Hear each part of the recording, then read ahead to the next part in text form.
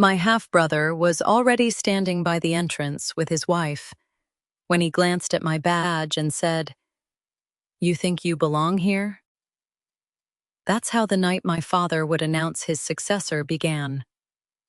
It was 7 p.m., and I was still holding the folder I'd carried into every quiet meeting for the past 2 years, the one my brother had never once asked to see.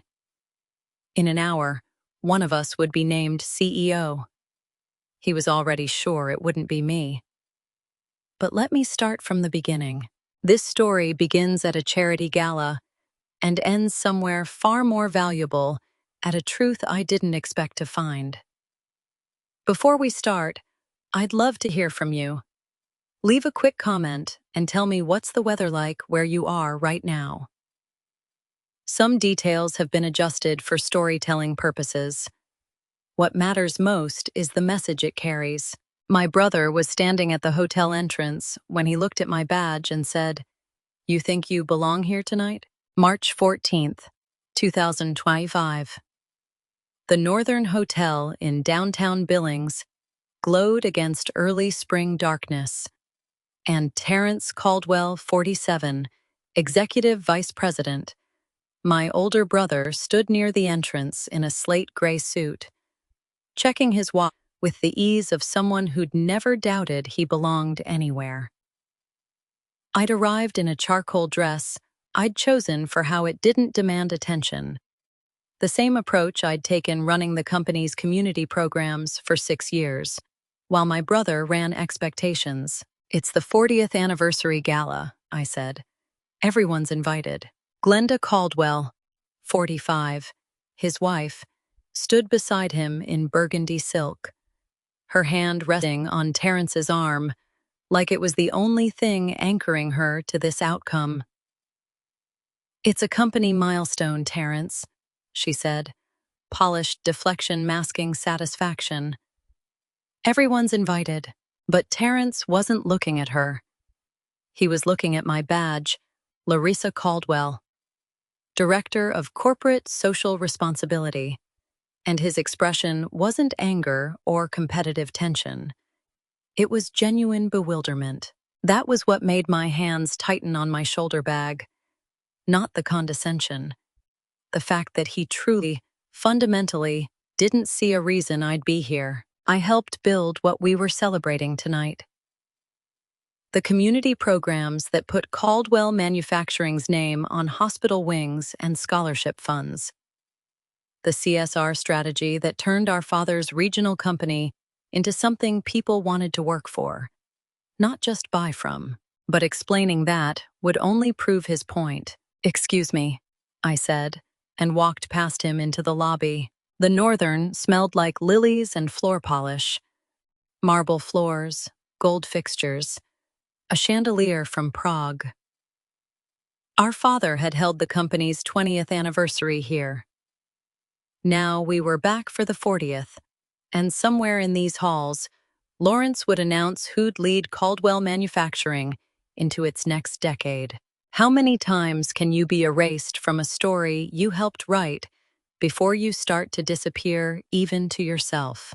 I kept my breathing even, nodded at colleagues, operations managers, finance directors, people I'd worked beside for 15 years. Larisa, the quiet one. Not serious succession material. Terrence believed that. I could see it in how he'd looked at my badge, the way you look at someone who's misunderstood the dress code. And the worst part was that I'd spent 6 years making it easy for him to believe it. I'd kept my head down, built programs that generated community impact while Terrence built his profile in operations and finance, the departments that really ran the company. My updates got 5 minutes at board meetings. His got 45. I'd made myself invisible. And now my brother couldn't see me, even when I was standing directly in front of him. The ballroom entrance opened ahead, warm light and string quartet music spilling out. Round tables with white linens, Montana wildflowers, calligraphy name cards.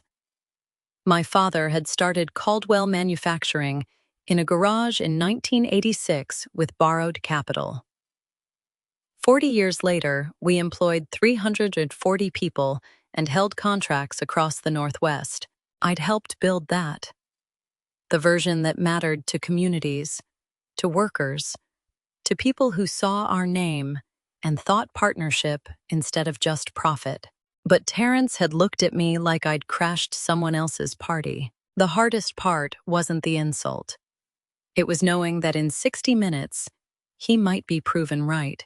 Lawrence would make the announcement at 8:15. Our father's former COO, now board chair, would stand at the podium and name Caldwell Manufacturing's next CEO. Terrence had been circling that title for 5 years.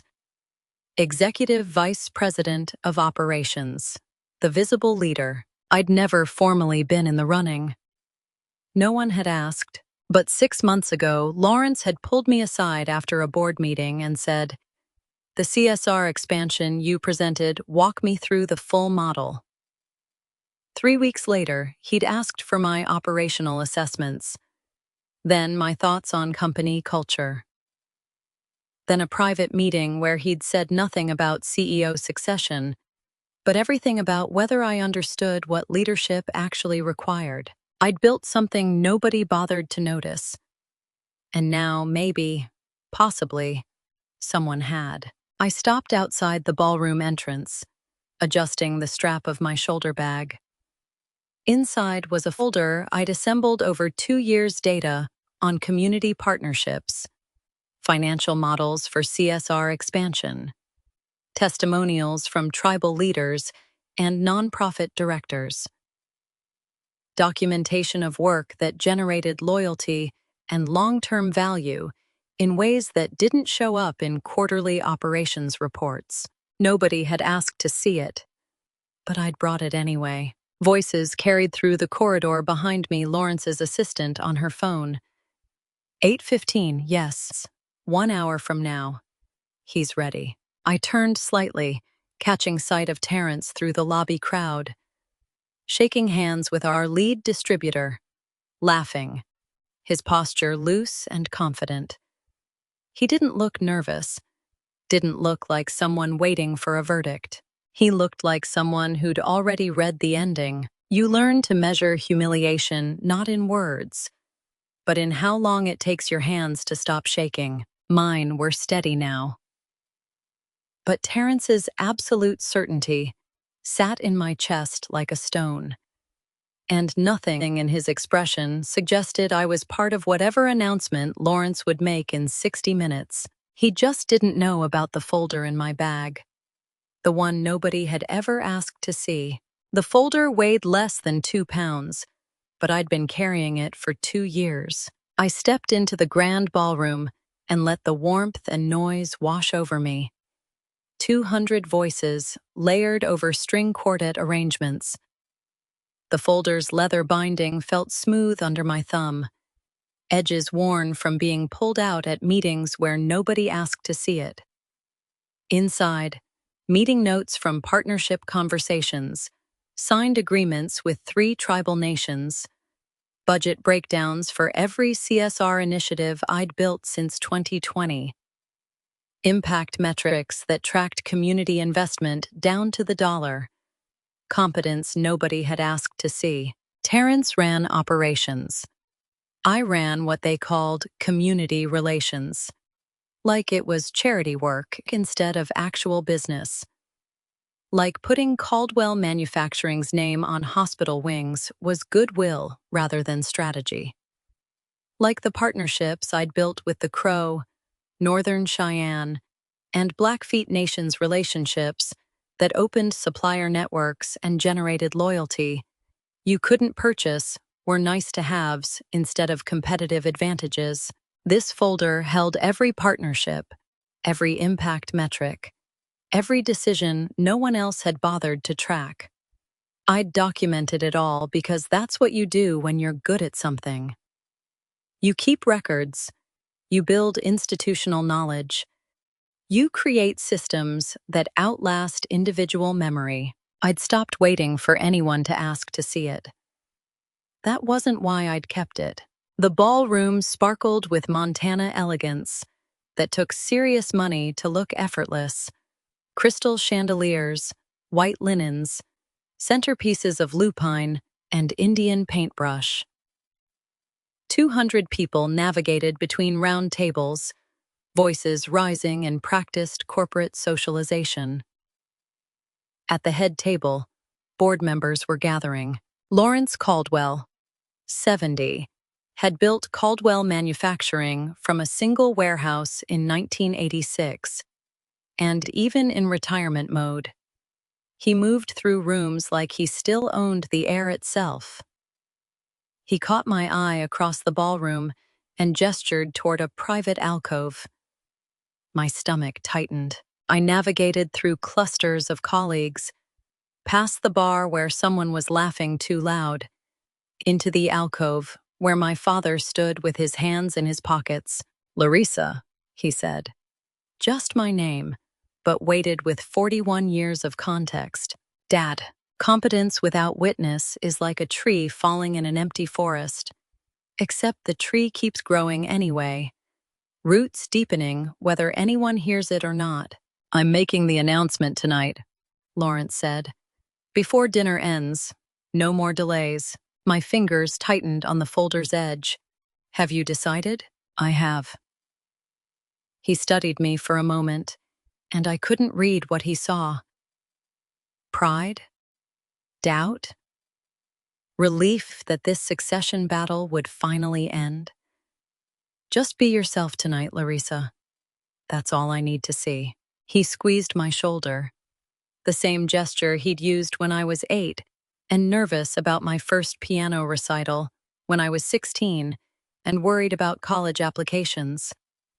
He'd used it again when I was 29, telling him I was taking the CSR director position instead of waiting for something in operations to open up. "Yourself is enough," he added quietly. I wanted to tell him I'd been ready for years, that I'd spent every day since 2020 building programs that generated measurable value, that the folder in my hands contained proof of competence. He'd never asked to verify, because asking would have meant he'd doubted it in the first place. That being myself had been enough all along, and I'd only been waiting for someone to notice. Instead, I nodded, because some truths you can't say without sounding like you're begging to be seen. 8:15, Lawrence said. "After the meal, before the dancing. I'll announce it from the podium." "Does Terrence know?" "No one knows except me and the board.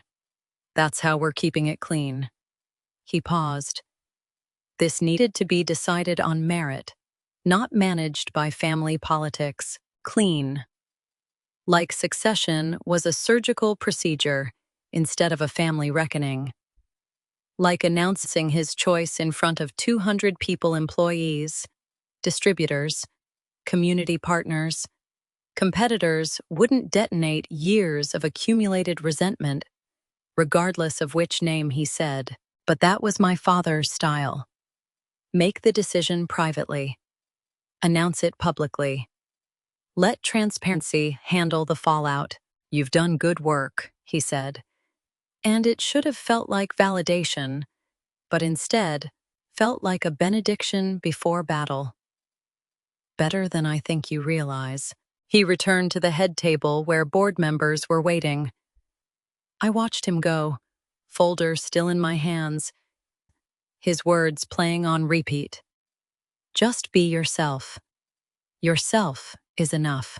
It was the kindest thing he'd said to me in months. Sometimes the kindest thing someone says to you becomes the cruelest thing someone else uses against you. I turned back toward the ballroom, scanning faces. Terrence stood near the bar, tie already loosened, laughing with our lead distributor, like tonight was celebration instead of verdict. His posture was loose, confident, unburdened by doubt. He still looked certain. Still looked like someone who'd already seen the script. And across the ballroom, near the lobby entrance, Glenda was slipping through the doorway with her phone already in her hand, burgundy silk disappearing into the corridor. I felt it then, the wrongness that comes right before everything breaks. The shift in air pressure before a storm. The folder in my hands suddenly felt less like documentation and more like evidence I'd need for a defense I didn't know I'd have to mount. Lawrence had told me to be myself. He didn't know that across the ballroom, someone had just stepped away to make sure that wouldn't be allowed to happen. Being myself was exactly what someone was about to make impossible. If you want to understand how I ended up holding that folder nobody asked about, you have to go back 15 years to when I was 26, and my father first asked what role I wanted in the company. 2010. June. I'd been working at Caldwell Manufacturing for 3 weeks, fresh MBA from Montana State, eager in the way only someone who doesn't yet know they're invisible can be. Lawrence called me into his office, along with Terrence, who was 32 and already vice president of operations. When Terrence takes the helm, Lawrence said, spreading organizational charts across his desk, you two can figure out how to divide responsibilities, not if. When, said casually, not cruelly, like describing weather everyone could see coming.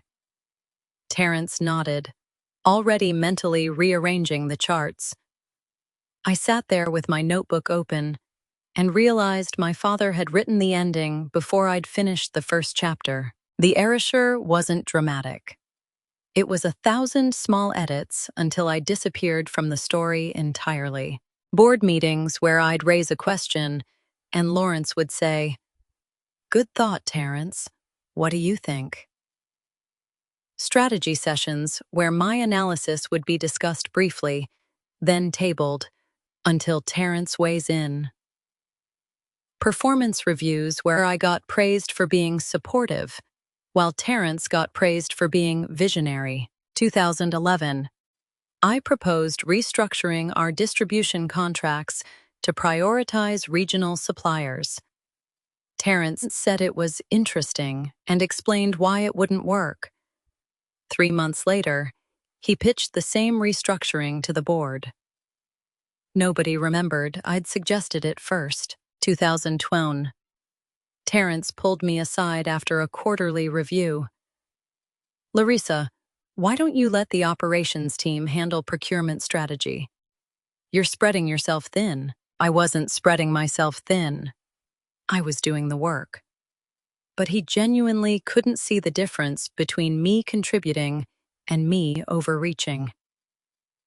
The assumption that operations belonged to him was so fundamental that my presence registered as confusion rather than competence. How do you fight an assumption so fundamental that pointing it out makes you sound like you're inventing problems? You don't. You stop fighting. You find another path. 2017. I started documenting everything. Every meeting, every decision, every instance where my input vanished into someone else's credited idea. Not because I planned to use it as evidence, but because writing it down was the only way to prove to myself I wasn't imagining the pattern. Lawrence loved us both. I knew that. But he'd built his company in 1986 when eldest sons inherited businesses like heirlooms. And even though he would never have said it aloud, he'd assigned our paths before either of us had a chance to choose them. Terrence got operations because that's where future CEOs came from. I got whatever was left. Community relations, human resources liaison. The soft skills that supported real business without being real business themselves. By 2014, I'd stopped raising my hand in strategy meetings, stopped proposing initiatives that required board approval, stopped trying to make myself visible in spaces where I'd already been rendered invisible. Instead, I walked into Lawrence's office in March and said, I'd like to formalize our community programs, build something sustainable, careful not to sound ambitious, careful to frame it as service rather than strategy. CSR? Lawrence looked up from quarterly reports. You want to run community relations? We're already doing the work. Hospital sponsorships, scholarship funds, tribal partnerships. But it's scattered. I could centralize it, make it systematic. I learned early. You can demand respect and be dismissed as difficult, or you can build competence so quietly that by the time anyone notices, it's already load-bearing. I think that's wonderful, Lawrence said, and I could see relief in his expression. His daughter had found her niche. Bring a proposal to the board. 2 weeks later. Lloyd Merrick reviewed my CSR formalization plan with the condescension reserved for children's science projects. It's fine, but let's not pretend it's revenue generating. It's PR with a conscience. Carl Voss nodded. Community goodwill is valuable, but it's not operations. It's supplementary. The board approved it with the enthusiasm reserved for harmless diversions. Terrence didn't object because he didn't see it as competition. Lawrence smiled and said, I'm glad you found your path, sweetheart. Terrence handles the machinery. You handle the heart. He meant it as a compliment. I took the job nobody wanted and started building infrastructure everyone ignored. Tribal partnership agreements, supplier diversity programs, community investment tracking systems. I learned procurement law because CSR required vendor contracts. I learned labor relations because community programs interfaced with HR. I learned operational logistics because distributing resources to 12 counties meant understanding distribution systems better than anyone in the building. They gave me the corner of the company nobody wanted, and I turned it into the foundation nobody knew they needed. 2016. Lloyd pulled me aside after a budget review. Don't get too comfortable. The board gave this 2 years maximum before we fold it back into marketing. Understood, I said, but I wasn't planning to be comfortable. I was planning to be necessary. They'd handed me the dismissed corner of Caldwell Manufacturing and assumed I'd keep it decorative and irrelevant. What they didn't know was that over the next decade, I would turn their afterthought into the only department that truly understood how the whole company operated. No one thought CSR would last 2 years. They were wrong. Necessary turned out to be easier than respected. 2006. The board had given CSR 2 years to prove value. I gave myself 6 months to become indispensable. The difference was that they measured value in revenue, and I measured it in dependencies. How many processes would break if I stopped tracking them? I started with vendor contracts. CSR managed community partnerships, which meant I interfaced with everyone from hospital procurement to tribal supplier networks. Within a year, I was the only person who knew which vendors delivered late, which contracts renewed when, which ones carried penalty clauses for missed deadlines.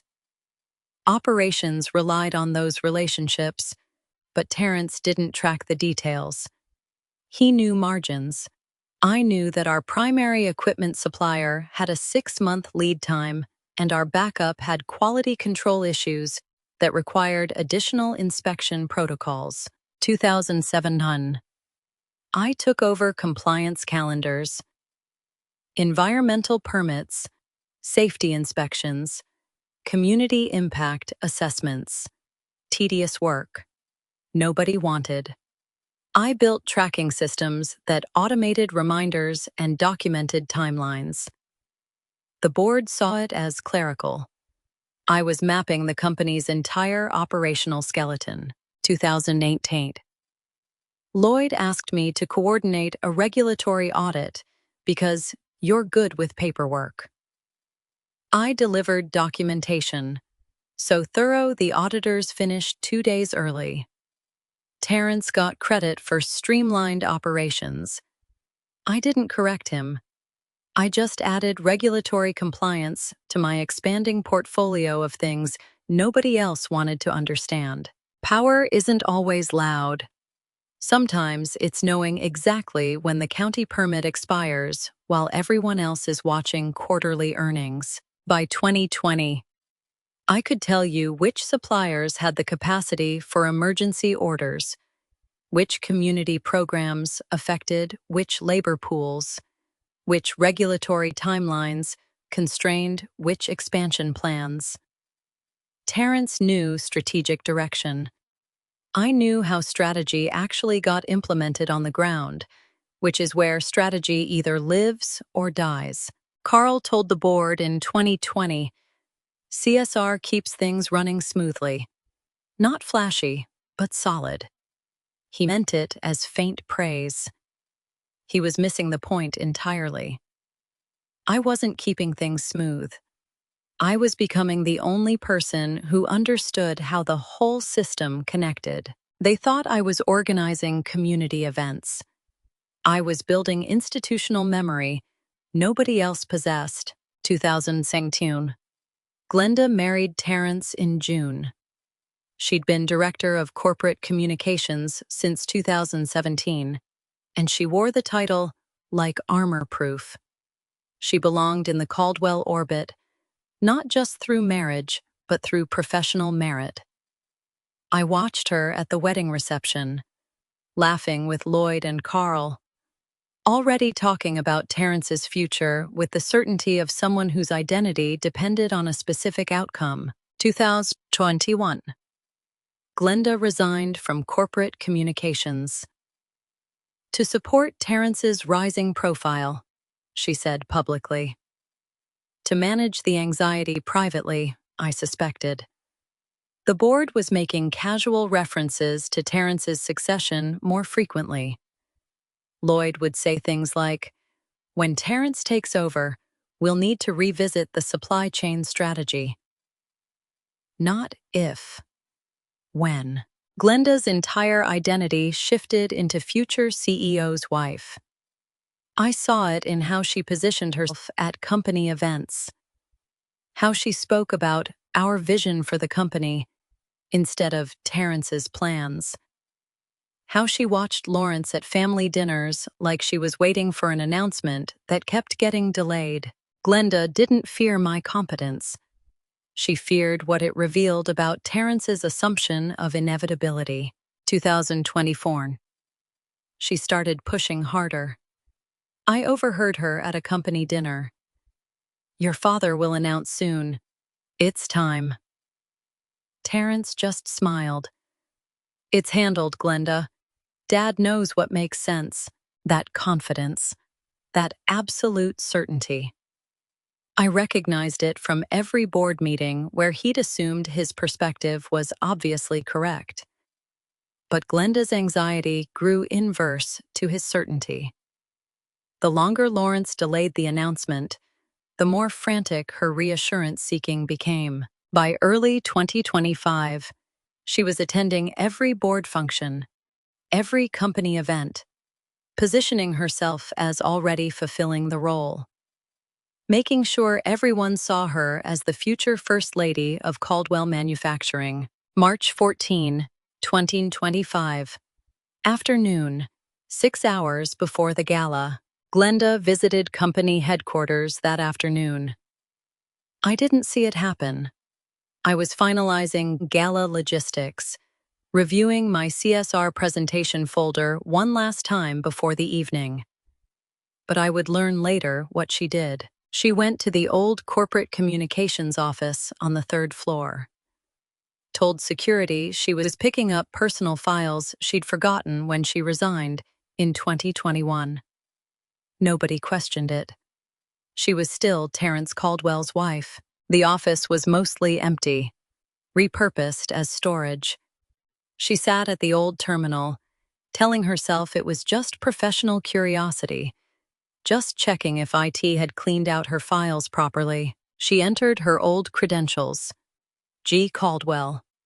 The password she'd used for 4 years. The system accepted it. Welcome back, G. Caldwell. Last login, August 2021. 5 years of unrevoked access. IT had never killed the account. Nobody remembered she'd ever had access to internal email archives, corporate communication servers, document modification timestamps.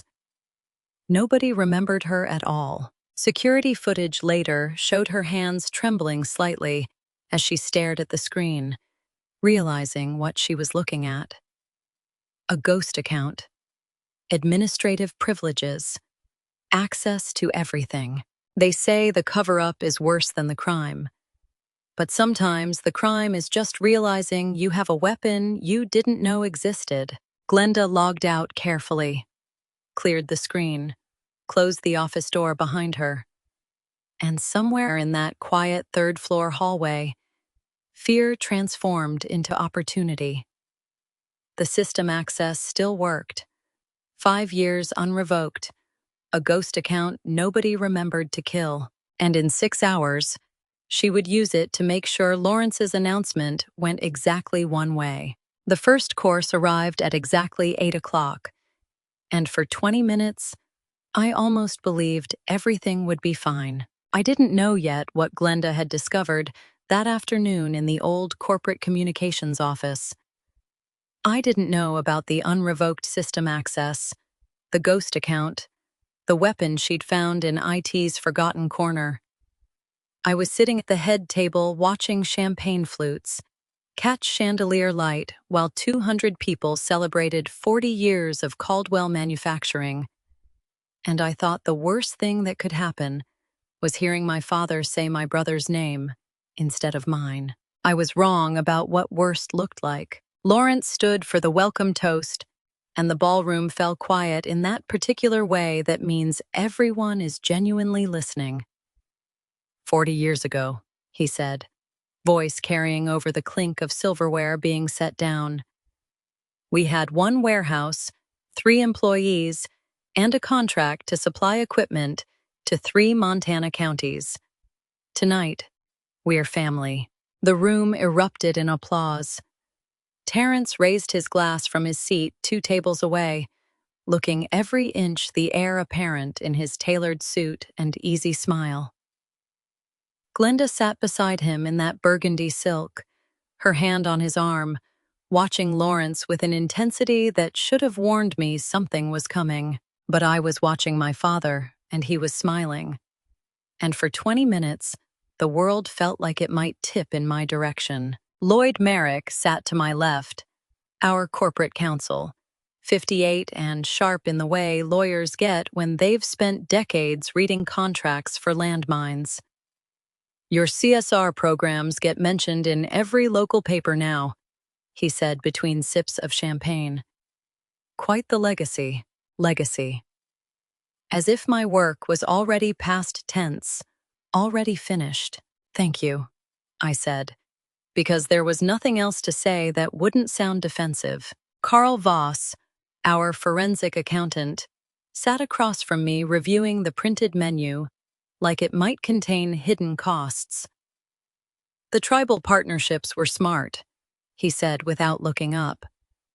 Diversified the supplier base, improved regional relations, good long-term thinking. Praise from Carl was rare enough that I almost missed the timing, both of them complimenting my work right before an announcement that might make my work someone else's to inherit. Waiting for your father to choose between you and your brother is like watching someone load a gun you hope isn't pointed at you. The first course arrived. Seared scallops with microgreens, the kind of careful presentation that costs twice what it should.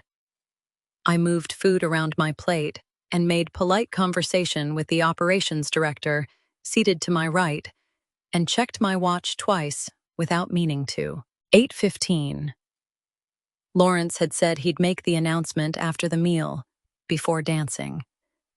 That gave us maybe 45 minutes before my entire future got decided in front of 200 witnesses.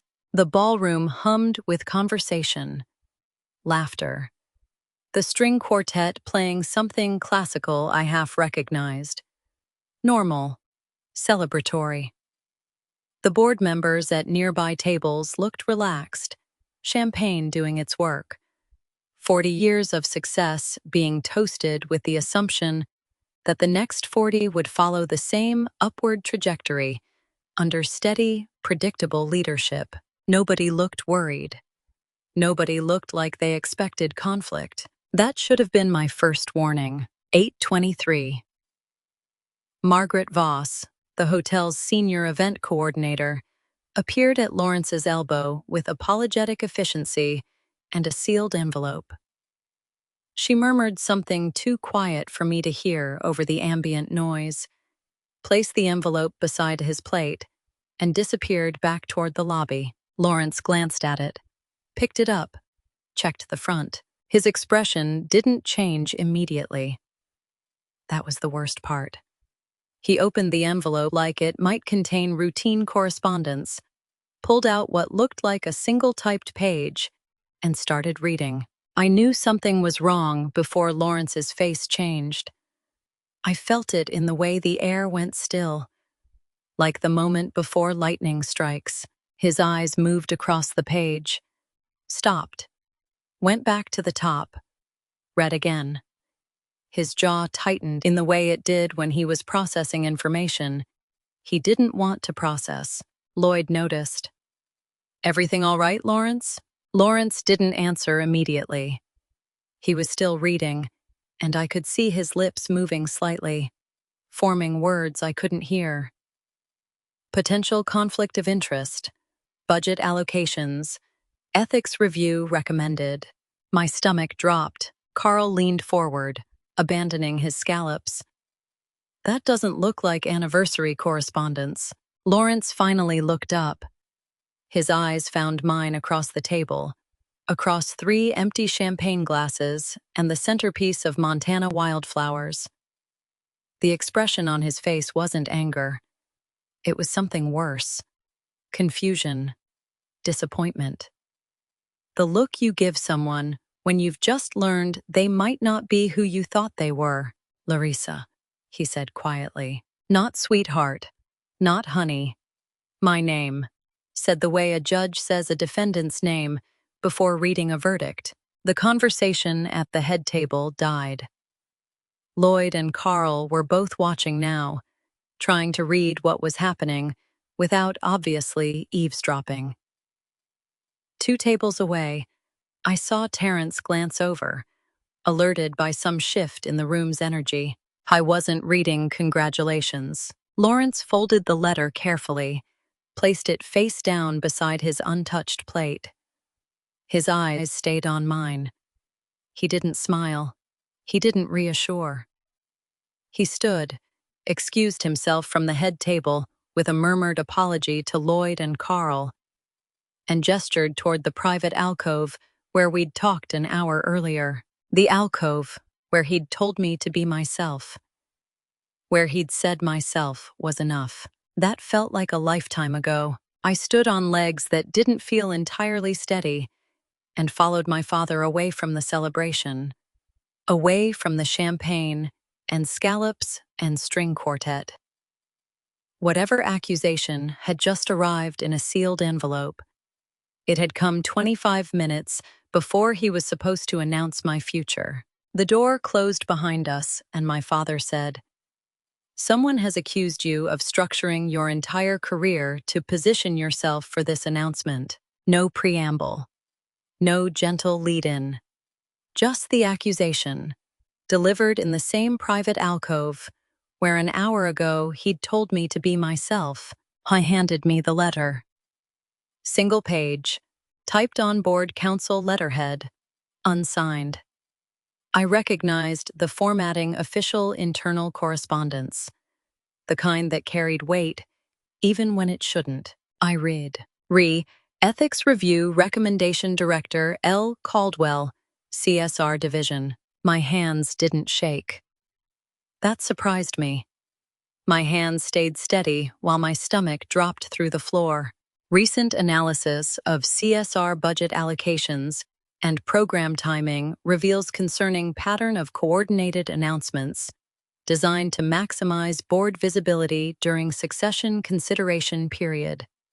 Director Caldwell's program launches, partnership announcements, and funding requests demonstrate strategic alignment with CEO selection timeline, suggesting cultivation of profile rather than organic program development. Recommend formal ethics review before any leadership announcement proceeds. I read it twice. The words didn't change. Someone had taken 6 years of legitimate work and reframed every decision as calculated ambition, every partnership I'd built, every program I'd launched, every budget request I'd justified, all of it recast as self-promotion disguised as company service. They're saying you built CSR as a platform, not a program, Lawrence said quietly. That the timing wasn't coincidence. Being accused of ambition by people who never noticed your competence is like being charged with theft for finally asking to be paid.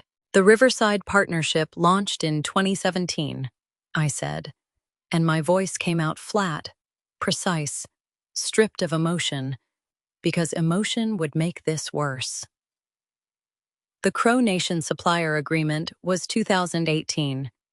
The scholarship program started 2019. You didn't mention retirement until 2024. The timeline doesn't support their claim. I looked up from the letter. Lawrence was watching me with an expression I'd seen before, the one he wore when reviewing financial discrepancies. When something didn't add up, but he needed more data before reaching conclusions. I know that, he said. I know you. I've watched you build CSR from scratch, watched you document every decision, every dollar. This letter, he gestured at the paper in my hands, is someone rewriting history. Then why does it matter? But I knew why. I could hear it in how carefully he was choosing his words. Because someone sent this tonight, Lawrence said. 2 hours before I'm scheduled to announce your appointment. And that's not coincidence either. Appointment. He'd said appointment, not decision. Past tense commitment, not future possibility. He'd been planning to name me CEO. The relief lasted approximately 3 seconds before the rest of his sentence caught up. Who sent it? I asked. Lawrence took the letter back, reread the signature line. Board council letterhead, but no signature, no name. It was delivered by hotel staff, marked urgent. Board council wouldn't send unsigned correspondence, I said. Lloyd doesn't work that way. I know. Lawrence folded the letter carefully, like it might explode if handled wrong. Which means someone used our letterhead to make this look official. Someone who has access to internal templates and knows how board communications are formatted. The cruelest part of a well-timed lie isn't that people believe it. It's that even when they don't, the doubt lingers anyway. You believe me, I said. Not a question. Completely. No hesitation. But Lloyd and Carl saw me receive this. They know something's wrong, and he checked his watch. 30 minutes, I'm supposed to stand at that podium and announce succession. If I name you without addressing this letter, they'll wonder why I ignored an ethics concern. If I postpone to investigate, it looks like the accusation has merit. So whoever sent this created a no-win situation. Yes, I thought through the possibilities. Someone with access to board letterhead. Someone who knew the announcement timing. Someone who understood my work well enough to weaponize it. Someone who desperately needed tonight to go a different way. This is sophisticated, I said slowly. It's not just a vague ethics complaint. They cited specific programs, specific dates. They studied my track record closely enough to build a timeline that sounds plausible if you don't check the actual sequence. Lawrence nodded. Whoever wrote this knows CSR operations intimately, knows board procedures, knows exactly what kind of accusation would create maximum institutional doubt at minimum risk. Because an unsigned letter can't be directly challenged, I finished. No accuser to confront, no specific evidence to refute. Just enough smoke to suggest fire. Someone in this building wanted me eliminated tonight. Who would do this? I asked, though I already suspected the answer would terrify me more than comfort me. Lawrence shook his head slowly, refolding the letter with hands that had built a company from nothing and now held evidence someone was trying to dismantle his daughter's legitimacy. I don't know yet, he said, but someone in this building knows more than I do, and they knew exactly when to use it. We stood there in the alcove while the string quartet played something cheerful in the ballroom beyond, 200 people eating scallops and drinking champagne, celebrating 40 years of success, completely unaware that 20 feet away, the entire succession plan was unraveling. Lawrence looked at me, and I saw the calculation happening behind his eyes. Trust versus optics. Truth versus institutional procedure. His daughter versus the company he'd spent 4 decades building. What are you going to do? I asked. Before he could answer, someone knocked on the alcove door. Sharp, urgent. Lloyd's voice came through. Lawrence, we have a problem. You need to see this now. We returned to the ballroom, and for exactly 11 minutes, I believed we might survive the evening. Lloyd's urgent interruption had been about seating a donor couple angry about table assignments. Crisis resolved in 90 seconds. Lawrence and I walked back to the head table while main course service began. Beef Wellington and roasted vegetables. Lawrence gave Lloyd and Carl a reassuring nod as we sat. Everything's fine. Minor issue handled. Proceed as planned. I picked up my fork and tried to eat. The beef tasted like cardboard because my entire body was wound tight. But I smiled at the operations director beside me, gave coherent answers about scholarship expansion, maintained the performance of someone who wasn't waiting for her career to detonate. The challenge letter existed. Lawrence and I knew that, but it was contained, unsigned, unverified. We could address it privately, investigate the source, present my timeline evidence before any official proceeding. I believed that for 11 minutes. Lloyd made polite conversation about the Riverside partnership. When does that break ground? Early April, I said, pending final permits. Good work on that negotiation, he said. And I couldn't tell if he meant it or if he was already reconsidering everything I'd ever accomplished. Carl ate methodically, cutting his beef into precise squares. Numbers don't lie, his methodology always said. Patterns reveal truth. I wondered what patterns he thought he saw in me. Lloyd's phone lit up first, 9:11 p.m. I watched him glance at the screen, frown, tap it awake fully. His expression shifted from polite dinner engagement to sharp attention. He read something, scrolled, read more. Then Carl's phone buzzed.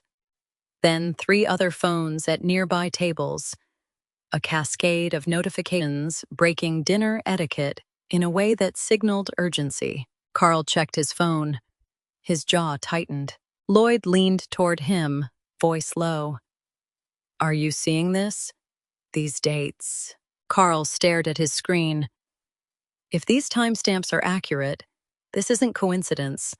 This is a campaign. My stomach dropped before I even knew what they were looking at. What is it? I asked. Lloyd looked at me with the expression of corporate counsel evaluating evidence. Did you coordinate CSR announcements with board meeting schedules? What? No. Why? He turned his phone toward me. Email from an address I didn't recognize. Subject: Succession Ethics Concern. Additional documentation. Below, screenshots. Internal company messages with my name. Timestamps. Budget requests aligned with board calendar entries. Partnership announcements scheduled within days of succession discussions. Documentation that looked exactly like someone had planned every CSR move to maximize visibility during selection. Documentation I'd never seen before because it didn't exist. "These aren't real," I said, but my voice came out too defensive. "Those timestamps are wrong. I can show you my actual records. They're from the internal server," Carl said quietly. "Same system we all use. Reputation isn't a wall. It's a house of cards. And someone had just opened a window. Whatever was in those emails, it was spreading faster than truth ever could." I watched phones light up across the ballroom. Board members checking messages mid-conversation. Whispers starting. Faces turning toward the head table, toward me. Expressions shifting from celebration to suspicion. Lawrence saw it happening. He tracked the cascade, phones multiplying across the room like a virus. He checked his own phone. Read. His face went carefully blank. He met my eyes across the table. I shook my head slightly. Not real. Not mine. But explaining would take time we didn't have. The damage was already spreading. Margaret Voss appeared at Lawrence's shoulder. "Mr. Caldwell, we're ready for your remarks whenever you are." The remarks. The announcement. The succession decision he was supposed to deliver in front of 200 people. Currently reading forged evidence that his daughter had orchestrated her entire career as manipulation. Lawrence stood, straightened his jacket, walked toward the stage while the ballroom fell into confused, whispering semi-quiet. I sat at the head table with my CSR folder beside my untouched plate and watched my father climb 3 steps to the podium. Watched the spotlight find him. Watched him adjust the microphone. "Good evening," Lawrence said. His voice carried that controlled authority that had built a company from one warehouse. "Thank you all for being here to celebrate 40 years of Caldwell Manufacturing." Scattered applause. Uncertain. Waiting. "Due to matters requiring board review," he continued, each word measured. "Tonight's succession announcement will be postponed pending procedural clarification." No explanation. No timeline. Just postponement. The room erupted in confused murmurs. Someone near the back said, "What happened? He was supposed to announce tonight." The announcement I'd spent 15 years quietly earning had just been replaced by an accusation I'd spent 16 minutes trying to disprove. Lawrence descended from the stage to awkward. Scattered applause from a room that had expected celebration and received confusion. I sat at the head table watching board members refresh their phones, reread the screenshots, whisper to each other, with faces that said they'd already decided guilt. And across the ballroom, barely visible through the crowd, Glenda set down her wine glass with the careful precision of someone who'd just finished exactly what she'd started. But she'd made one mistake. She'd given me something to analyze. The guests started leaving at 9:47, exactly 3 minutes after my father postponed the announcement. Nobody had expected him to postpone. The gala disintegrated like sugar in rain. No formal closing, no dancing, no celebratory finale. Just 200 people gathering coats and purses, whispering in clusters near the exit. Phones still glowing as they refreshed the screenshots one more time. I stayed at the head table. My CSR folder sat beside my untouched dessert plate, and I stared at the wildflowers in the centerpiece, because looking at faces meant seeing the judgment, the confusion, the carefully polite distance people maintain around someone accused of ethical violations. Lawrence spoke with Lloyd and Carl near the stage, his posture rigid. Lloyd's voice carried, "We'll need an emergency session, Monday morning," already assuming guilt, already planning the formal investigation. Employees passed my table on their way out, eyes sliding away from direct contact. Someone whispered, "Did something happen with the succession? Why postpone?" Another voice, "I heard there were questions about budget allocations, rumors spreading faster than corrections ever could." Humiliation has a specific weight. It's the feeling of being visible for exactly the wrong reasons. I stood finally, picked up my folder, and walked toward the exit. The ballroom that had glittered with celebration 40 minutes ago now looked like aftermath. Empty champagne glasses, wilting centerpieces, the string quartet packing instruments with efficient disappointment. The corridor outside was marble and brass and quiet. I was halfway to the elevator when Terrence appeared from a side hallway. "Larisa," he said, voice carrying practiced sympathy. "This must be difficult." I stopped, looked at him. My brother in his slate suit, expression arranged into concern that didn't quite reach his eyes. "I'm sure it'll get cleared up," he continued. "These things have a way of surfacing at the worst time, don't they? Not 'I'm sorry this happened.' Not 'I don't believe the accusations.' Just certainty that the timing was unfortunate." "You don't sound surprised this happened," I said. Something flickered in his expression. Not guilt. Satisfaction, maybe. Or vindication. When someone builds visibility that quickly, questions arise. It's human nature to wonder about motivations.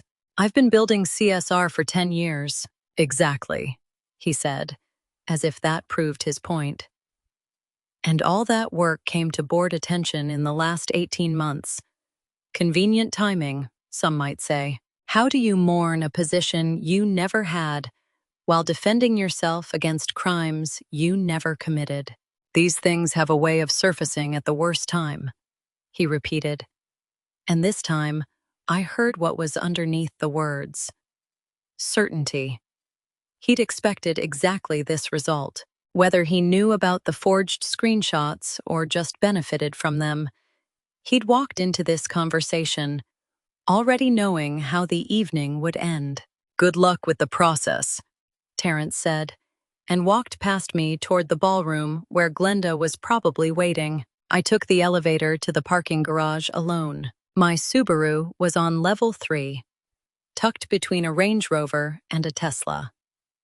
I unlocked it, slid into the driver's seat, set my folder on the passenger seat, sat there in the dim garage light, while somewhere above me, the party finished dying. My phone buzzed. Email from an address I didn't recognize. Same one that had sent the screenshots to the board. Subject, "For your review." Like they were doing me a favor. I opened it. Scrolled through. 6 screenshots total. The one Lloyd had shown me was third in the sequence. Alleged email from me to myself about timing CSR budget presentations. Sent, July 18th, 2024, 2:47 p.m. Subject, Q3 CSR budget presentation timing coordination. I stared at the timestamp, July 8th, 2024. Something clicked in my memory. I pulled up my calendar app, scrolled back 18 months. Found July 18th, Helena Supplier Meeting, 8 a.m. to 5 p.m. 3-hour drive each way. All-day vendor review for tribal partnership manufacturing contracts. I wasn't in the building that day. I scrolled through my photo roll, found July 18th. Pictures from the Helena facility. Signed agreements timestamped 1:34 p.m. Text message to the plant manager sent at 2:52 p.m. from Helena zip code. I couldn't have sent that email at 2:47 p.m. from the billings office. I was 200 miles away. Documented. Photographed. Provably elsewhere. The timestamp was impossible, which meant someone had edited it, forged it, created evidence that looked authentic until you checked it against the reality of where I actually was on that specific day. And they'd picked the wrong day. They'd chosen a date I could prove I wasn't available to send that email, because they didn't know I kept every meeting documented, every schedule recorded, every moment of the last 10 years tracked with the meticulous precision they'd dismissed as clerical work. They'd weaponized my competence and handed me proof of their forgery in the same move. I pulled up my calendar app again, scrolled to July 18th, 2024. Helena supplier meeting, documented with photos, signed agreements, timestamps on text messages to vendors. I couldn't have sent that email at 2:47 p.m. from the office. The timestamp was impossible, which meant someone had edited it and they'd picked the wrong day. I had proof they'd forged evidence. I had an impossible timestamp. I had the weapon to fight back. I just needed to prove it to the one person whose belief mattered. By Sunday afternoon, my dining table had disappeared under 6 years of meticulous record-keeping, and I'd found 3 more impossible timestamps. Saturday. I'd driven home from the hotel parking garage with the July 18th discovery burning in my pocket, it like proof of concept.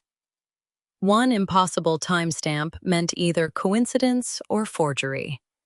But if there was one, there might be more.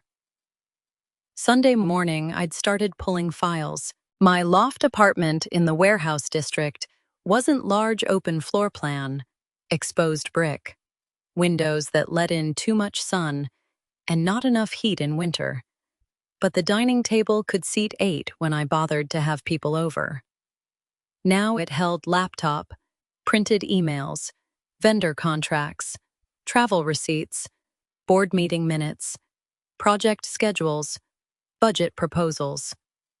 6 years of CSR documentation spread across maple wood in overlapping layers that would have looked like chaos to anyone who didn't understand the architecture of systematic organization. I worked through it methodically. The forged screenshots had been sent as a package, 6 images total. I examined each one against my records. Screenshot 2.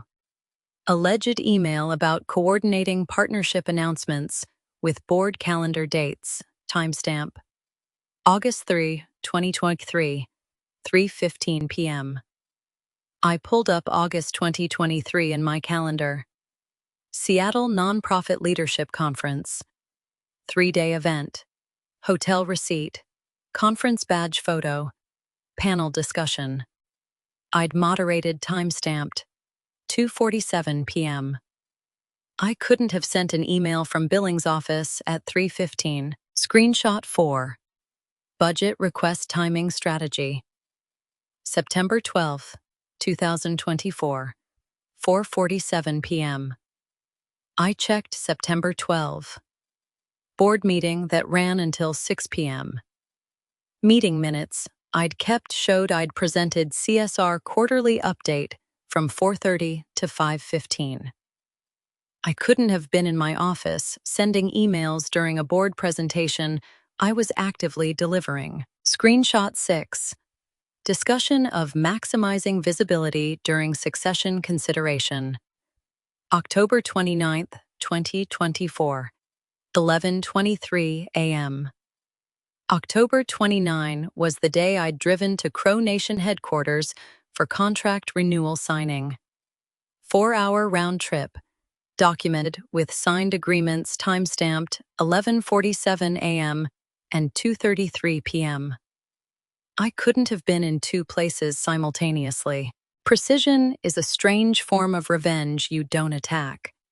You just remember better than your accuser thought possible. 5 forged timestamps total.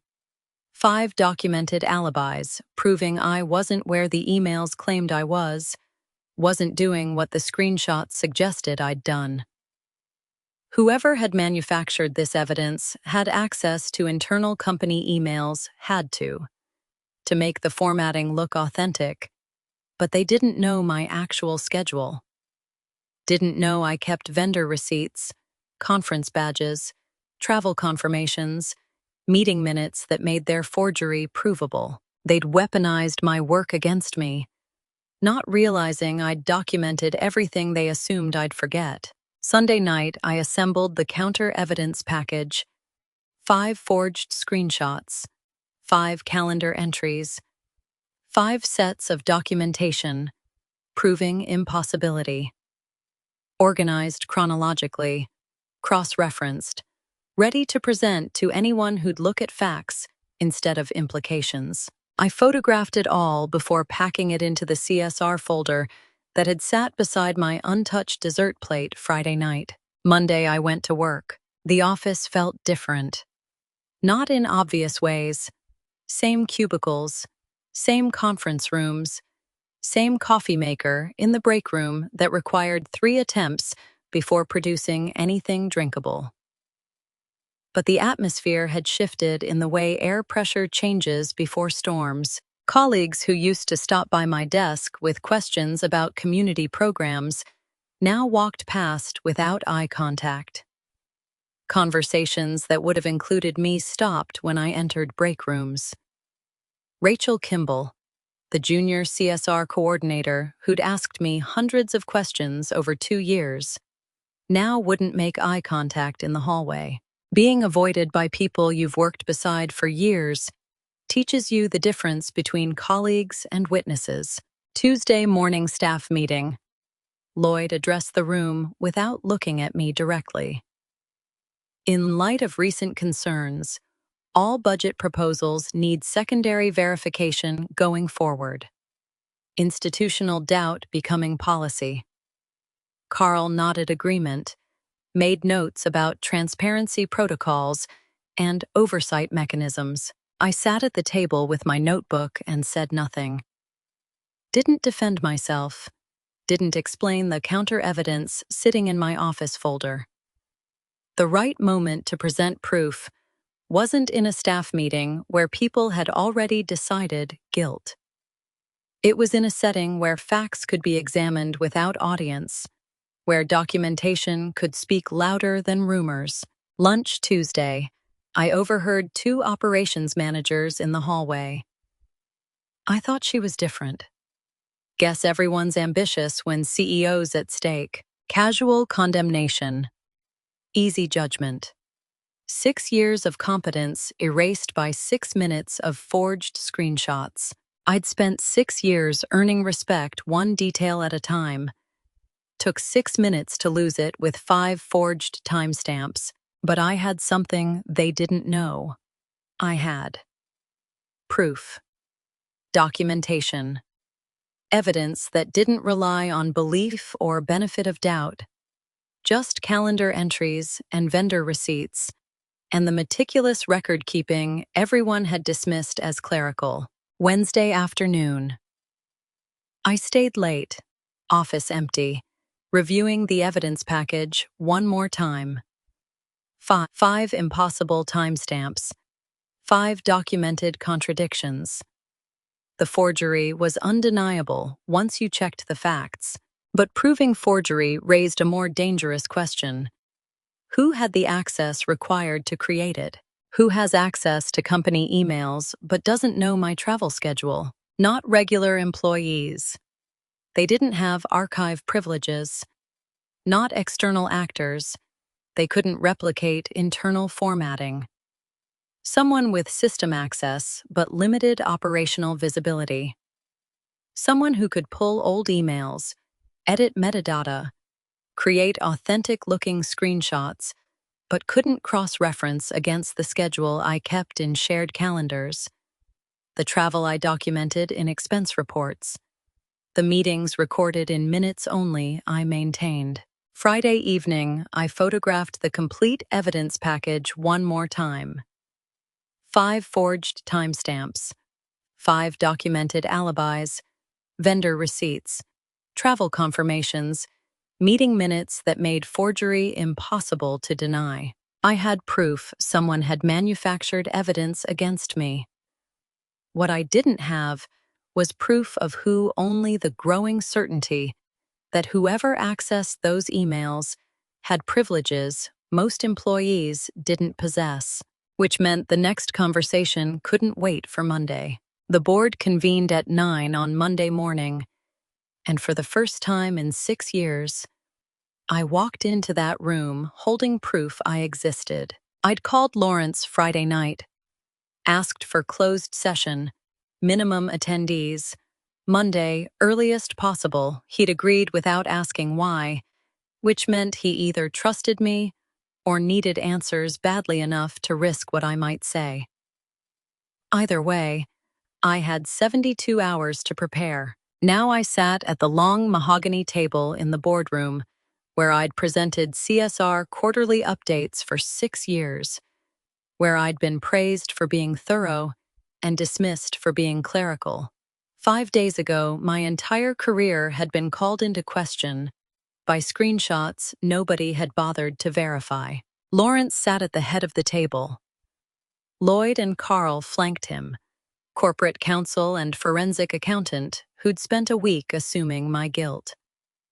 Harold Brennan, 72, the board's independent lead director, sat across from me with the procedural precision of a man who'd spent 40 years as general counsel for mining companies and wouldn't rush judgment without evidence.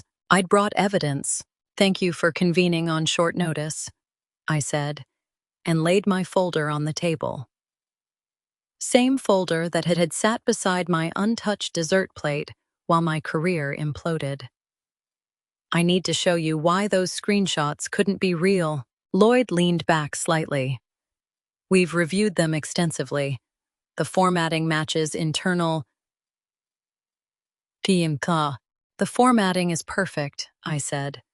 The timestamps are impossible. I opened the folder, pulled out the first comparison, Screenshot 3 and my calendar entry for August 3, 2023, side by side. This screenshot claims I sent an email about coordinating partnership announcements at 3:15 p.m. on August 3rd. My calendar shows Seattle Nonprofit Conference, August 2nd through 4th. Here's my hotel receipt, conference badge, photo of the panel I moderated at 2:47 p.m. that day. I slid the documentation across the table. Lloyd picked it up, examined it. I couldn't have sent an email from Billings' office at 3:15 when I was in Seattle, I said. Unless someone forged the timestamp. 6 years of dismissed detail work had just become 6 years of ammunition. One coincidence might be explainable, Harold said carefully. Memory error, schedule confusion. There are 5, I said. I walked them through it. Screenshot by screenshot. July 18. Helena supplier meeting. Vendor contracts signed with timestamps. Photos proving I was 200 miles away.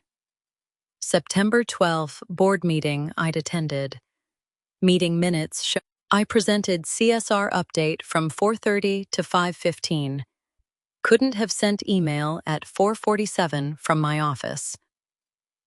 October 29, Crow Nation headquarters. Contract renewal documented with signed agreements. Every forged timestamp. Every documented alibi. Travel receipts, meeting sign-in sheets, conference registrations, vendor confirmations. The meticulous record-keeping I'd maintained for 6 years, because CSR required tracking community partnerships, vendor relationships, compliance schedules, documentation nobody had ever asked to see until it became the only thing standing between me and institutional guilt. These meeting records, Carl said slowly, examining a sign-in sheet from a 2023 supplier review. You kept attendance logs for 6 years? CSR required tracking partnerships, vendor relationships, compliance schedules, I said. I documented everything. I watched Lloyd's face change not to belief, exactly, but to the possibility that he'd been wrong. If these records are authentic, Lloyd said, choosing his words with lawyer precision, then the screenshots represent deliberate fabrication. Someone had access to internal email archives, I said. Had to replicate the formatting, but they didn't know my actual schedule. Didn't know I kept vendor receipts, travel confirmations, meeting minutes that would make their forgery provable. Lawrence hadn't spoken yet. He sat at the head of the table, examining the evidence I'd assembled, and I couldn't read his expression. Pride? Relief? Anger at whoever had done this? All 3? 5 forged timestamps, I said. 5 documented alibis. Someone manufactured evidence against me, and they picked the wrong days because they assumed I wouldn't remember the details. Harold pulled the documents toward him. Examined vendor contracts, travel receipts, conference badges. This is comprehensive, he said finally. Ms. Caldwell, did you compile this evidence in response to the accusations? Or did you maintain these records as standard practice? Standard practice, I said. I've kept detailed operational records since I started CSR in 2015. Nobody ever asked to see them before, because nobody questioned your work before, Carl said quietly. Recognition dawning that the thoroughness they'd dismissed as clerical was actually institutional memory they didn't possess. If this evidence is verified, Harold said, Ms. Caldwell is the victim of deliberate sabotage. Someone with system access targeted her specifically during succession consideration. He looked at Lloyd. We need IT to audit server logs, verify these timestamps forensically, determine who had capability to alter email metadata. Agreed, Lloyd said, and he looked at me when he said it. Not quite apology. Acknowledgement, maybe. This will take time, Harold continued. 3 to 4 weeks minimum for proper forensic review. We'll need to verify every piece of documentation, examine server access logs, identify who had archive privileges in the relevant time frame. Being right doesn't erase the weeks of being suspected, but it's a start. Harold closed my evidence folder with careful deliberation. We'll authorize IT to audit system access logs, verify these timestamps forensically, and determine who had capability to alter emails. He looked directly at me. This investigation will take 3 to 4 weeks minimum. Until then, Ms. Caldwell, you're not cleared, but you're no longer presumed guilty. Not cleared, not vindicated, just no longer presumed guilty. I'd proven the evidence was forged. Now I had to wait 3 weeks while someone else discovered what I already suspected. Who had the keys to the archive? Waiting for someone else to prove your innocence is its own kind of purgatory. The board authorized the IT audit. Monday afternoon. By Tuesday morning, Dennis Houghton, the company's systems administrator for 12 years, had set up shop in the glass-walled server room with 3 monitors, 2 external drives, and the methodical intensity of someone who'd once recovered 3 months of data from a failed backup. I watched him work through the glass, extracting server logs, documenting login records, cross-referencing file access timestamps with user accounts. Every email sent, every modification made, every download executed in the past 18 months, all of it archived in server logs. Most people forgot existed. Somewhere in those logs was proof of who forged the screenshots. Somewhere in the digital trail was Glenda's old account, Still active, accessing emails the day before the gala. I just had to wait while someone else found it. Full access audit of this scope takes minimum 2 weeks, Dennis told Lloyd in the hallway outside the server room. We're pulling login records, file modification timestamps, download histories. Any account that accessed corporate communications archives in the past 6 months will show in the audit trail, including accounts that should have been deactivated.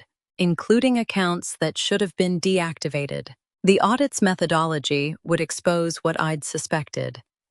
Every account with archive access would appear in the logs. Every login, even from accounts terminated years ago. Glenda's old corporate communications privileges, never revoked when she resigned in 2021, would show up the moment Dennis ran the deactivation cross-check. Innocence doesn't clear itself. You need someone with server access and institutional authority to do the digging. March 28. Dennis worked 12-hour days pulling data. I continued CSR duties under the new status. Not accused, not cleared. Pending forensic review. Institutional limbo, where colleagues weren't sure whether to avoid me entirely or pretend the last 2 weeks hadn't happened. March 29. Lloyd passed me in the hallway without speaking. Carl reviewed budget proposals in staff meeting without making eye contact. The isolation had shifted from active condemnation to uncomfortable uncertainty. March 30. Rachel Kimball appeared at my office door for the first time in 2 weeks. The Riverside Partnership paperwork needs your signature, she said quietly, testing whether acknowledging my existence was allowed yet. Leave it on my desk, I said.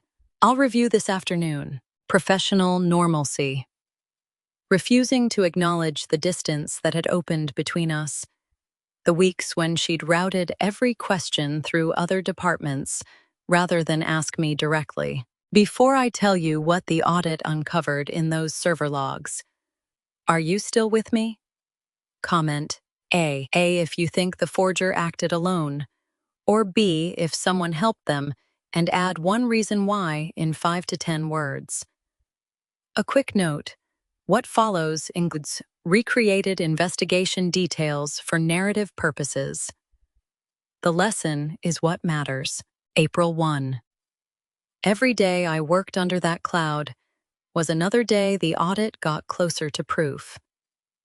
Every morning I drove to headquarters, knowing Dennis was one step closer to finding what I already knew was there. Every evening, I left without answers, but with the certainty that institutional process, however slow, was methodically documenting truth. Being not guilty but not cleared is worse than being openly accused. At least accusation gives you something concrete to fight. April 2. 2 weeks into the investigation, I walked past the server room and saw Dennis on the phone with Lloyd. His posture had changed, the relaxed, methodical work replaced by focused intensity. Something had shifted. I kept walking. Didn't stop to listen. Didn't ask questions. Whatever he'd found would come through official channels, through board council review, through the institutional process that moved at its own deliberate pace, regardless of how badly I wanted immediate vindication. But I'd watched IT audits before, knew the progression. First week, data extraction. Second week, pattern analysis. Third week, anomaly investigation. Dennis was on schedule, which meant he'd moved from pulling logs to analyzing irregularities. Late afternoon, April 2, I overheard him in the corridor outside Lloyd's office. We've isolated several accounts with archive access in the relevant time frame. Cross-referencing termination dates now. Cross-referencing termination dates meant looking for accounts that should have been deactivated but weren't. Accounts belonging to former employees who'd resigned, but whose system privileges had never been revoked. Accounts that could access internal email archives years after the person left the company. Accounts exactly like the one Glenda had used. They'd found it. I didn't know the specifics yet. Didn't know if Dennis had identified Glenda's login specifically or just flagged it as an anomaly requiring investigation. But the timeline matched. March 13 to 14, email access from a terminated account. The smoking gun was identified even if not yet formally named. How long until you can verify account ownership? Lloyd asked. 48 hours, Dennis said. Need to cross-reference employee records, confirm resignation dates, verify the account shouldn't have active credentials. But the preliminary finding is clear. Someone used a deactivated account to access communications archives the day before the gala. The day before the gala. March 13.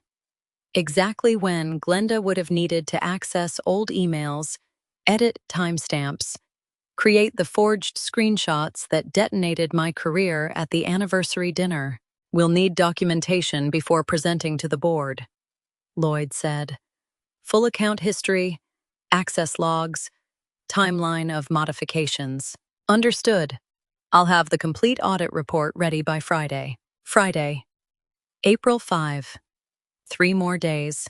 Every day that passed, I worked under the cloud of institutional suspicion, maintaining CSR programs while board counsel reviewed server logs in closed sessions.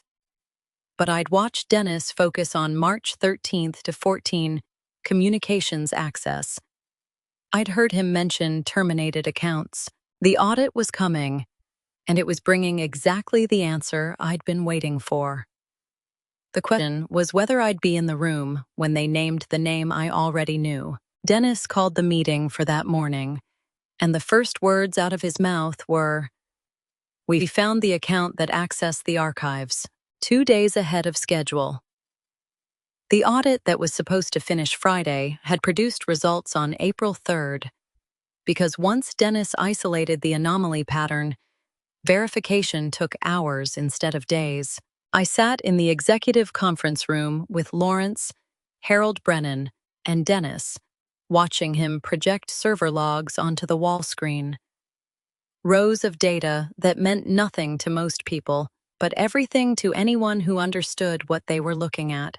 March 13, 2025, 2:17 p.m., Dennis said, highlighting a line in the access log. User G. Caldwell logged into Corporate Communications Archive System. Searched Sent Mail folder for Larisa Caldwell. Exported 47 emails. Logged out 3:52 p.m. G. Caldwell. Glenda's account. Still active 5 years after she'd resigned. This account should have been deactivated in 2021. When Mrs. Caldwell left the company? Harold asked. Should have been, Dennis said. Wasn't. Standard procedure requires IT ticket submission when employees resign. We never received one for this account. The credentials stayed active, 5 years. Glenda had access to internal emails for 5 years after leaving, and nobody caught it. Not IT, not HR, not the compliance reviews that were supposed to audit system access quarterly. Institutional failure that became personal weapon. Being proven right about who sabotaged you doesn't erase the weeks of being wrong in everyone else's eyes. The IP address traces to her home network, Dennis continued. The exported files match the content of the forged screenshots distributed to board members. March 14th. Timestamps on the exports align with when the manipulation would have occurred. Harold studied the projection. This is definitive? Yes, Dennis said. The server logs don't lie. Someone used Glenda Caldwell's credentials to access archives the day before the gala, downloaded Larisa's emails, and based on file export patterns, edited them before distribution. Lawrence hadn't spoken yet. He sat at the head of the table, staring at the data like it might rearrange itself into something less damning about his daughter-in-law. "We need to speak with her," Harold said. "Immediately." Lawrence nodded slowly. "I'll make the call." They summoned Glenda for Thursday afternoon. Lawrence insisted on conducting the preliminary interview before formal proceedings, family first, even when family had committed sabotage. I wasn't invited to that conversation, which was probably for the best. Watching Glenda explain why she'd tried to destroy my career wasn't something I needed to experience directly. Lawrence briefed me Friday morning in his office. "She admitted it," he said, and he looked 10 years older than he had 3 weeks ago.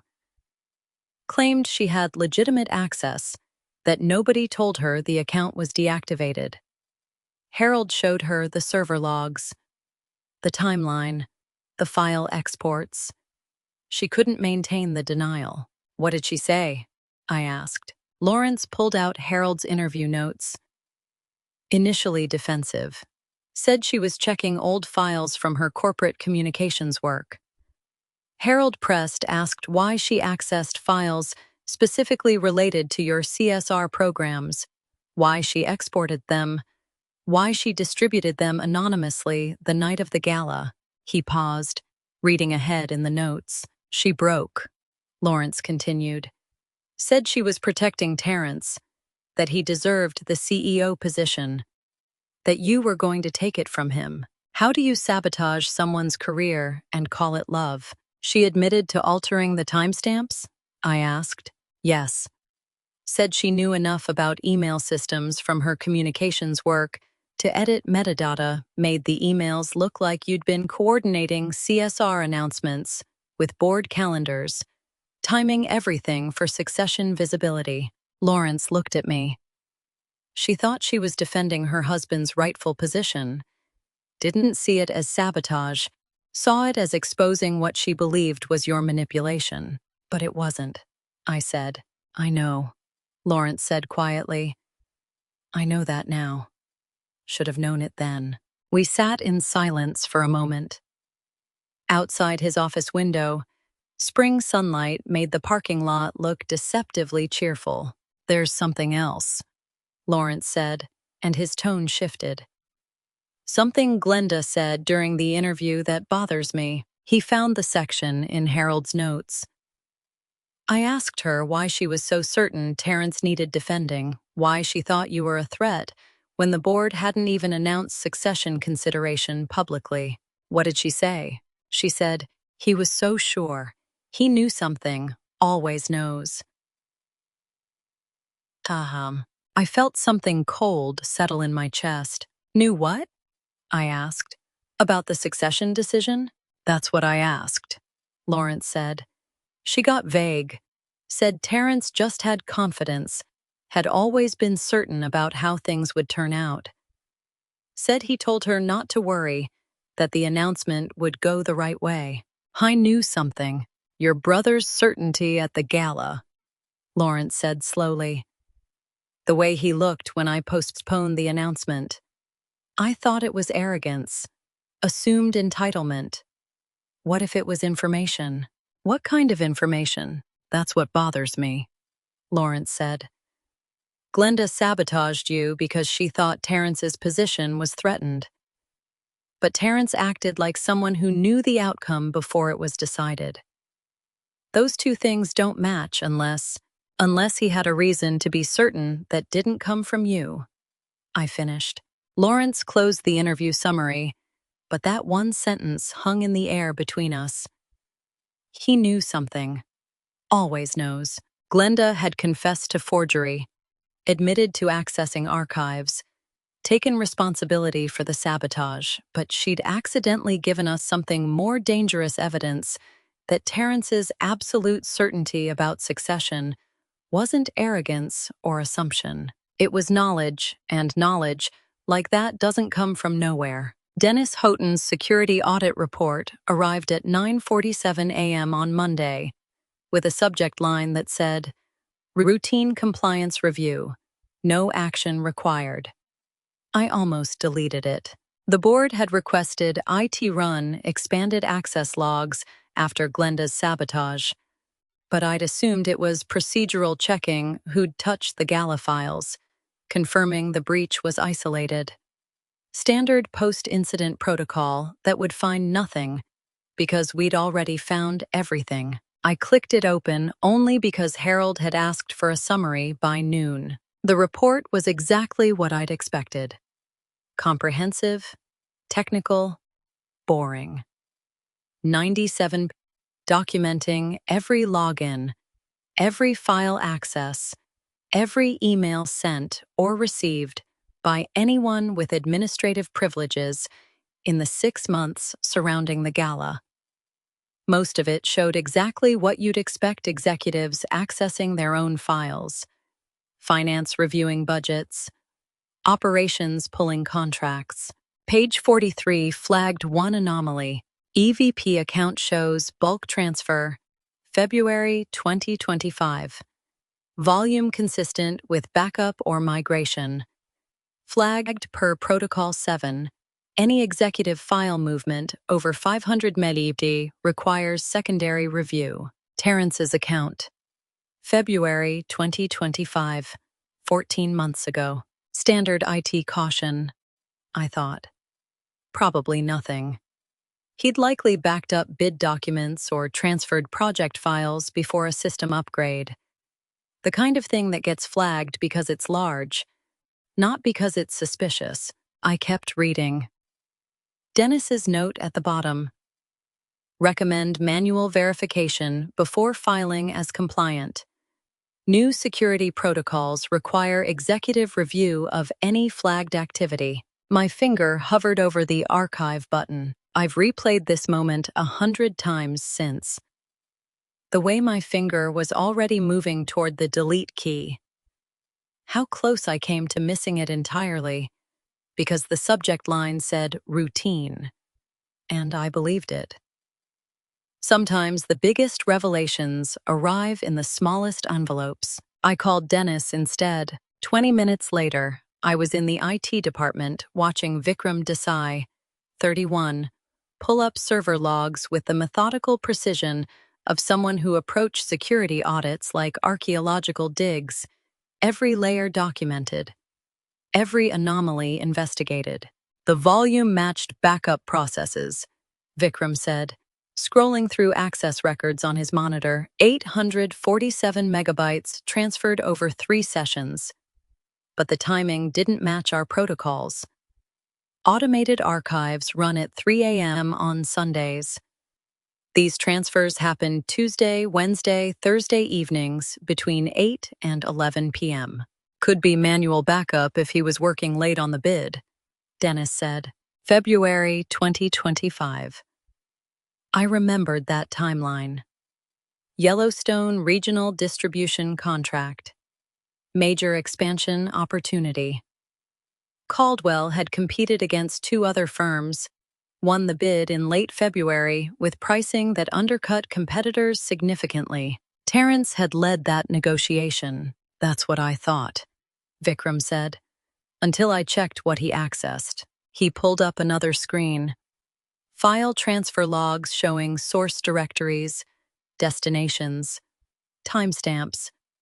The transfers hadn't come from Caldwell's server. They'd logs showing source directories, destinations, timestamps. The transfers hadn't come from Caldwell's server. They'd come from an external drive mounted to Terrence's workstation. The files weren't internal? I asked. No, Vikram said. External mount, manually connected. The imported files were transferred to a personal encrypted partition that doesn't sync with company backups. I can see metadata but can't access content without executive override. Dennis frowned.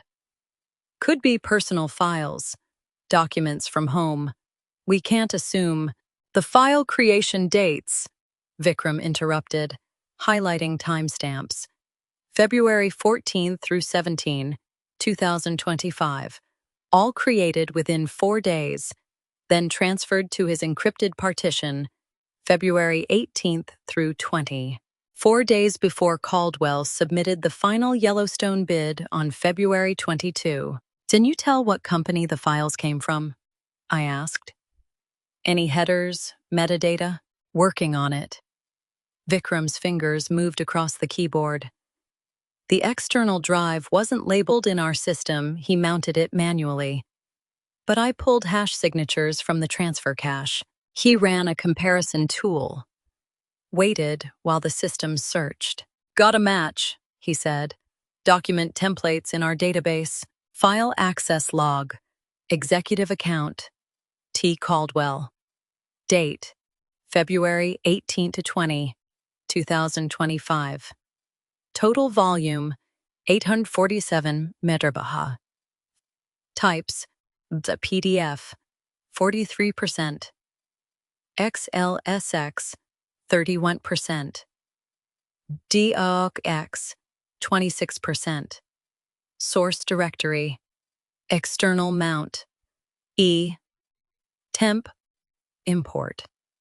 Destination.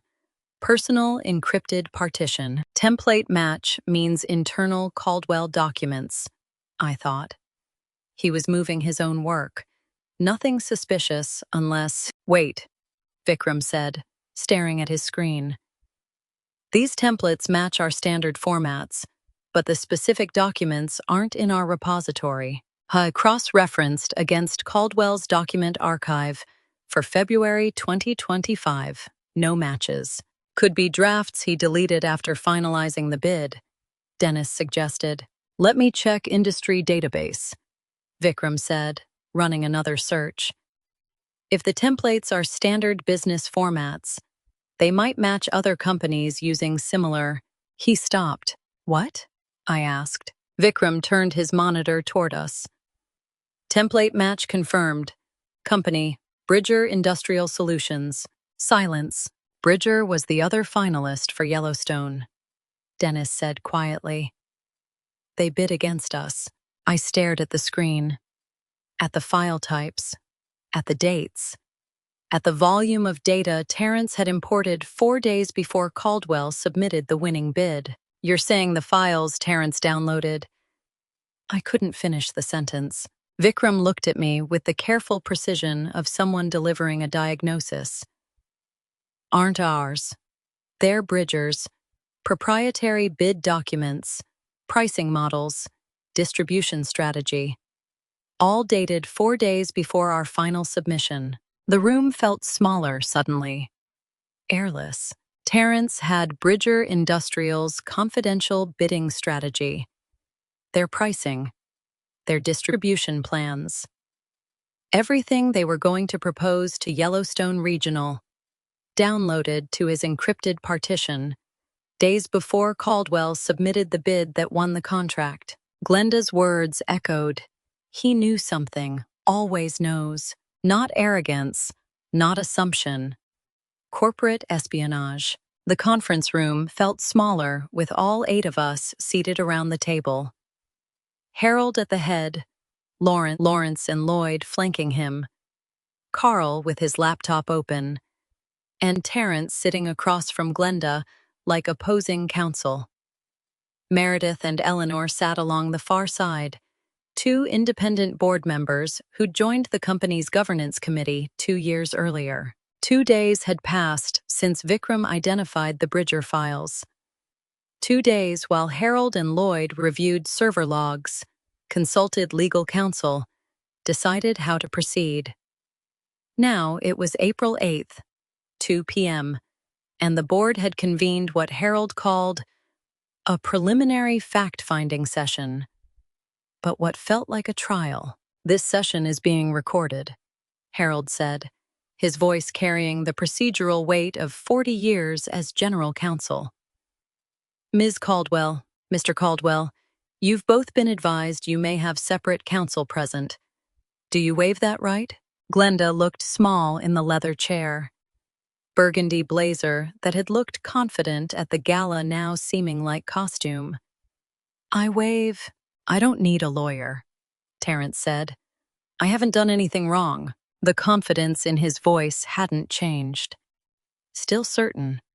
Still assuming this was something he could talk his way through. Lawrence sat to Harold's right, and I watched him look at his son and daughter-in-law with an expression I couldn't quite read. Disappointment, maybe. Or the terrible recognition that he'd raised people capable of things he'd never imagined. Ms. Caldwell, Harold said, addressing Glenda. You've already provided a preliminary statement regarding the forged email screenshots distributed at the March 14th gala. For the record, please confirm the key elements. Glenda's hands twisted in her lap. I accessed the corporate communications archive using my old credentials, searched Larisa's sent mail, edited timestamps to make it look like she'd been coordinating program announcements with succession timing, distributed them anonymously the night of the gala. Her voice was flat, rehearsed. She'd been over this with Harold already. And your motive? Lawrence asked quietly. Glenda looked at him, her father-in-law, the man whose company she'd tried to manipulate. I thought if the gala failed publicly enough, the board would see Larisa wasn't ready, that your choice was premature. I wanted to feel vindicated, watching Glenda confess. Instead, I felt sick. She'd destroyed her own career to protect a man who'd probably never asked her to. Did your husband ask you to do this? Lawrence asked. No, Glenda said quickly. He didn't have to ask. Terrence sat motionless, not defending her, not objecting. Just watching like this was happening to someone else. What did you mean by that? Harold asked. He didn't have to ask? Glenda hesitated, glanced at Terrence. He was so certain about the succession, so sure it would go the right way. I wanted to make sure nothing interfered. Lawrence leaned forward. You said something in your earlier interview that I'd like you to clarify. You said, he knew something. Always knows. What did you mean? Glenda's face changed. Realization that she'd said something she shouldn't have. I just meant he's experienced, confident. She meant I understand how boards operate. Terrence interrupted. I've been running operations for 12 years. Of course I know how succession decisions work. You know the moment someone realizes they've said too much. The micro pause. The backward glance at their own words. Hunting for the trap they just walked into. Glenda had that look. That's not what the IT audit suggests, Lloyd said quietly. The room went still. Lloyd opened a folder in front of him. During the expanded security review following Ms. Caldwell's sabotage, IT discovered an anomalous file transfer from your executive account, Mr. Caldwell. February 2025. 847 megabytes transferred from an external source to an encrypted personal partition. Terrence's expression didn't change, but something shifted in his posture. Alert now. Calculating. The files weren't generated by Caldwell Systems, Carl added, reading from his laptop. They were imported from an external drive during the Yellowstone regional bidding period. I keep personal backups of major projects, Terrence said. That's not a crime. The files weren't Caldwell documents, Lloyd said. They were imported. Then it was research, Terrence said smoothly. Competitor analysis. Standard due diligence for any major bid. Competitor analysis, Harold repeated. Can you elaborate on what that analysis entailed? Industry benchmarking, pricing models, distribution strategies. Every company reviews competitor data when preparing proposals. Where did you obtain this competitor data? Lawrence asked. Terrence met his father's eyes. Publicly available information. Industry publications. Standard market research.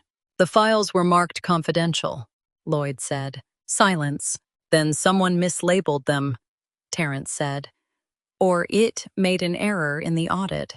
Lloyd pulled a single sheet from his folder, placed it face down on the polished conference table, slid it toward the center. The paper moved 6 inches, changed everything.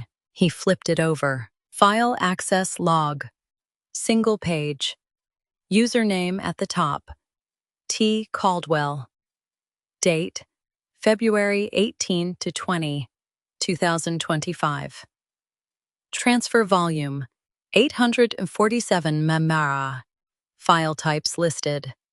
Source directory showing external mount. And at the bottom, one line in bold, document origin. Bridger Industrial Solutions. Yellowstone Regional Proposal. Confidential. These aren't Caldwell files, Lloyd said. They belong to the company we bid against. The room held its breath. Terrence stared at the printout. His hands stayed flat on the table, but I saw his knuckles whiten. Saw the calculation happening behind his eyes as he searched for an explanation that would make this look like anything other than what it was. Glenda looked between the printout and her husband, confusion shifting to horror as she understood what she was reading. The printout sat in the center of the table. Single page, double-spaced. File access log. Username, T. Caldwell. Date, February 18 to 20, 2025. Document origin, Bridger Industrial Solutions. Terrence's eyes stayed on that bottom line, and for the first time since I'd known him, my brother had absolutely nothing to say. Terrence broke the silence by pushing the printout back toward Lloyd, 2 fingers, like it was contaminated. Access logs don't prove intent, he said, voice steady. Half the executive team reviews competitor intel. That's what market analysis is. Lloyd didn't blink. Market analysis doesn't require encrypted file transfers to personal devices. Risk assessment required comparative data from a sealed bid process. Carl leaned forward. Bridger hadn't gone public yet. How did you access documents that didn't exist in any public domain? Terrence's jaw tightened. Industry contacts, standard networking, your manufacturing conspiracy from routine business intelligence. Name them, I said. He looked at me for the first time since the printout landed. Not with superiority, not with dismissal. With something close to calculation, like he was weighing how much I actually knew versus how much I was guessing. This is a witch hunt, he said. You fabricate accusations against me, then demand I prove a negative? That's not how evidence works. Meredith's voice cut through. The timeline proves itself. Bridger submitted their bid February 21st. You accessed their confidential specifications, February 18th through 20th. 3 days before official filing. Explain that sequence. Coincidence. Your counterbid matched their floor price within 0.03%. Lloyd's tone stayed clinical. 127,000, not approximate. Exact. 127,000, not approximate. Exact. The precision was damning. Market analysis produced ranges. Competitive positioning allowed margins. Aggressive bidding created buffers. But replicating a sealed bid to the fractional percent? That required the original document. That required theft. Terrence shifted tactics. So I'm thorough. That's always been my strength. Analytical rigor Dad valued in succession planning. The same precision you're now using as evidence of wrongdoing. Analytical rigor, Eleanor repeated. Her voice carried 40 years of board governance and zero tolerance for semantic games. Is that what we're calling corporate espionage now? I obtained competitive intelligence through legitimate channels. If Bridger's security was inadequate, if their people talked, You corrupted our compliance officer's credentials to access files marked attorney-client privileged. Carl's patience was gone. That's not competitive intelligence. That's fraud. The room went still. The word hung in the air like smoke after gunfire. Terrence looked at each board member in turn, searching for allies, finding none. You want to know what's fraudulent? His voice rose. Building a company for 30 years and watching it stagnate because leadership won't take calculated risks. I saw an opportunity. Bridger was overextended, hemorrhaging contracts in 3 regions.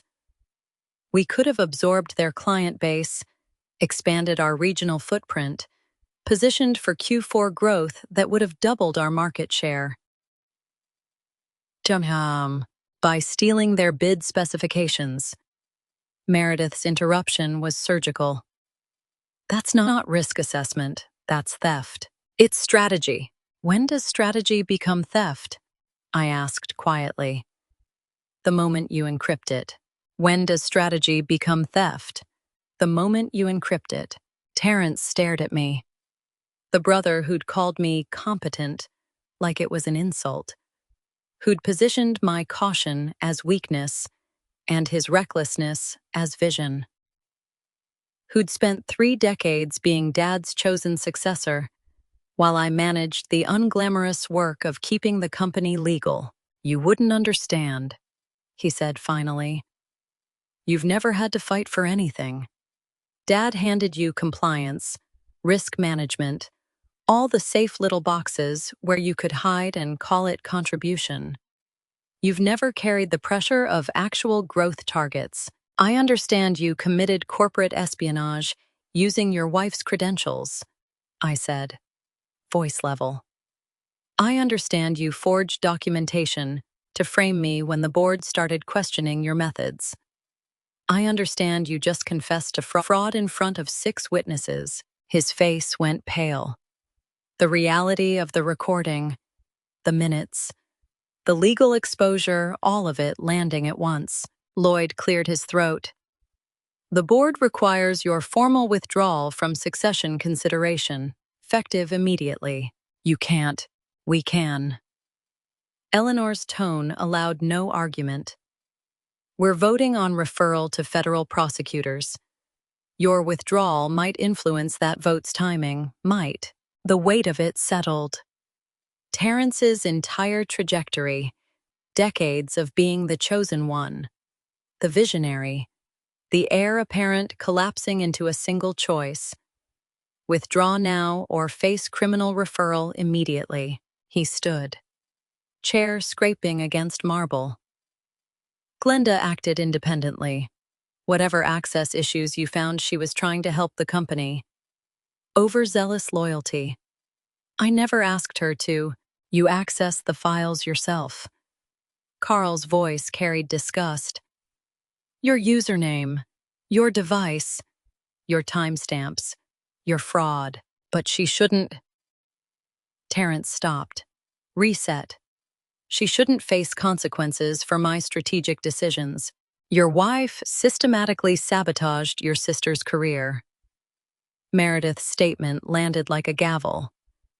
She altered compliance reports, corrupted investigations, undermined departmental credibility. She faces her own consequences. Terrence looked toward the door. Not at anyone. Not defending Glenda. Just calculating his own exit strategy. Glenda had burned her career for a man who wouldn't meet her eyes when his own burned down. The woman who'd altered my compliance reports, corrupted my investigations, undermined every project I touched, all to protect Terrence's path to succession. And he was already distancing himself. Strategic retreat, cutting losses. I need to consult counsel, he said. Lloyd nodded. You have until Monday, 9 a.m., to submit formal withdrawal. Otherwise, we proceed with referral. Terrence moved toward the door, stopped, turned. For the first time in our entire lives, My brother looked at me without superiority, without dismiss, with something that might have been recognition, or regret, or just exhaustion. "Didn't think it'd go this far," he said quietly. Then he left. The door closed with a sound like finality. The conference room held 6 board members and me, and the silence felt like the moment after a building falls, when the dust hasn't settled, but the structure is already gone. Eleanor spoke first. "We need to address the compliance officer position immediately." The board meeting ended with logistics. Eleanor assigned Carl to draft the interim compliance protocol. Lloyd scheduled Monday's formal vote. I sat through another 40 minutes of procedural discussion, answered questions about Glenda's access timeline, and left with a stack of documents that would determine whether my brother faced federal charges. 3 days later, my phone rang with my cousin Yael's name on the screen, and I realized I hadn't told anyone outside the board what actually happened. "Hey," I said. "Don't hey me." Yael's voice carried that particular blend of warmth and no-nonsense that made her an excellent pediatric oncologist in Seattle. My cousin, 2 years younger, had always been the family truth-teller, the one who said what everyone else avoided. "Aunt Glenda called my mom yesterday," said Terrence stepped back from CEO consideration for personal reasons, which means something went very wrong. I moved to the window of my loft apartment. Evening light slanted across the hardwood, painting everything amber. "It's complicated. It always is with him." A pause. "What happened?" "There was an issue at the anniversary gala. A charity withdrawal that looked bad. Investigation happened. Some irregularities came up. Terrence decided to withdraw from succession." The words came out measured, diplomatic. The same tone I'd used in 100 compliance reports where the goal was accuracy without alarm. "Irregularities," Yael repeated. "It got messy, but it's resolved now. And you're okay?" "I'm fine. The investigation cleared everything up."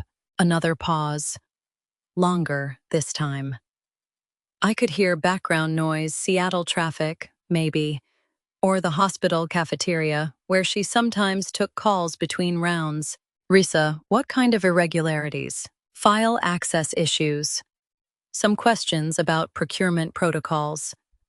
The board felt it was best if Terrence stepped aside while they reviewed everything. "But you said it's resolved." "It is." The investigation confirmed the timeline, verified the documentation. "Everything's fine. You know the voice that feels like home?" Yael's was that. Which is why what she said next hurt so much. "You're doing it again," she said quietly. "Doing what?" "The thing you've done since we were kids. Making excuses for him. Smoothing it over." Her tone stayed gentle, but relentless. "You just told me your brother did something serious enough to disqualify him from CEO, and you're calling it irregularities and procurement protocols." I pressed my palm against the window glass, cool against my skin. "I'm not making excuses. I'm being accurate. You're being diplomatic, which is different." Background noise faded. She'd moved somewhere quieter. What did he actually do? There were questions about competitive intelligence gathering, how certain contracts were won. The board wanted clarity, and Terrence felt it was best to withdraw rather than prolong the investigation. "Risa." Yael's voice carried the same patience she probably used with scared parents in oncology consultations. "Why are you protecting him?" "I'm not protecting anyone. I'm just being fair." "Fair." She let the word hang. "Remember when he told your dad you lost that client contract? You were 26. Spent 3 months rebuilding that relationship. You knew Terrence had missed the deadline. Not you, But you let him lie because confronting him would make things worse. The memory landed like a stone. I'd forgotten that. Or maybe I'd chosen to forget. That was different, I said. Was it? You've been cleaning up after him your whole life. When does he clean up after himself? This isn't about childhood. Then what is it about? She wasn't angry, just relentless. What did he do, Risa? Actually do? I closed my eyes. The truth sat in my throat like broken glass. He accessed confidential competitor files, I said finally. Proprietary bid specifications from a sealed procurement process. Used them to undercut their price and win a contract. Corporate espionage. Silence on the other end. And he framed you for it, Yael said, not a question. There were forged documents suggesting I was involved, but the investigation proved I wasn't. Timeline evidence, access logs, everything cleared my name. Okay. Her voice stayed calm, clinical. And Glenda helped him. Had been undermining my work for years to protect his position.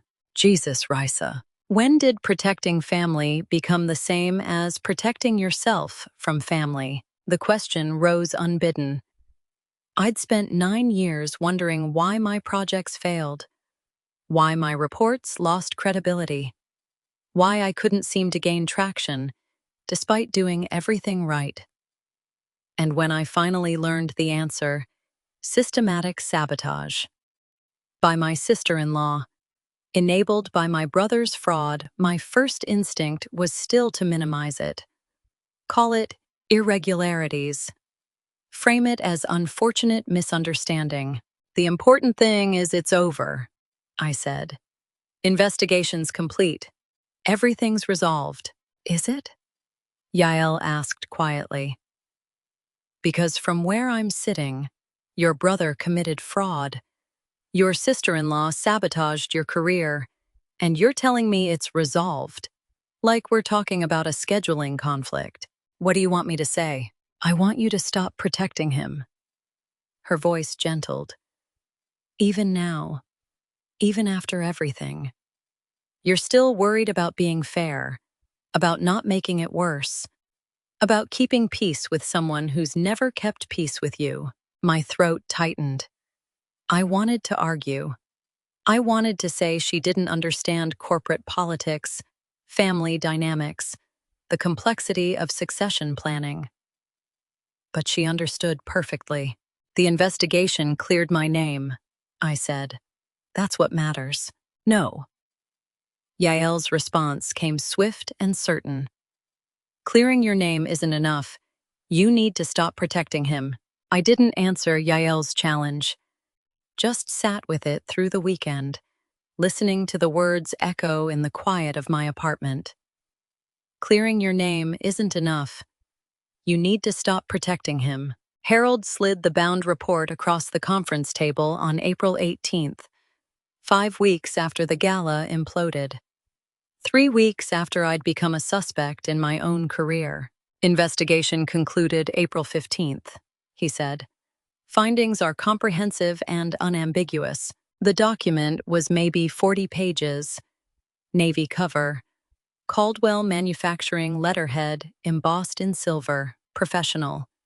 Impersonal.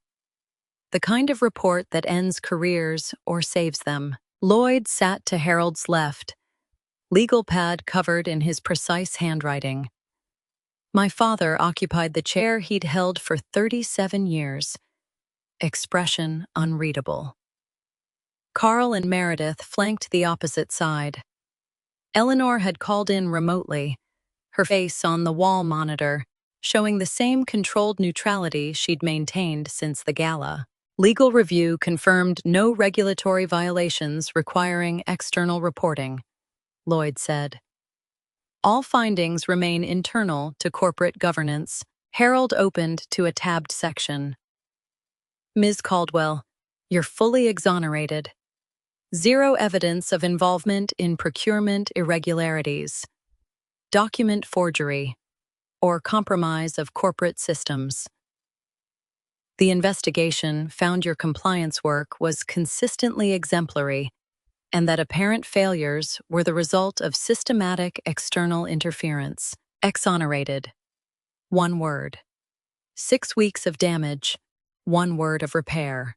The report will be released to senior leadership and documented in corporate records. Harold continued. You'll receive a formal letter confirming these findings by end of business today. I nodded. Couldn't quite trust my voice yet. Regarding other parties. Lloyd's tone went clinical. Ms. Glenda Caldwell admitted to document forgery and archive manipulation during the investigation. Her access to all company systems was revoked April 10th. Employment terminated, effective immediately. Meredith added, she signed a separation agreement acknowledging the findings. No contest. And my brother? I asked. Lloyd flipped pages. Mr. Terrence Caldwell's executive role as EVP Operations was terminated April 10th. The board opted not to pursue federal referral in exchange for Terrence's immediate withdrawal and a shareholder settlement.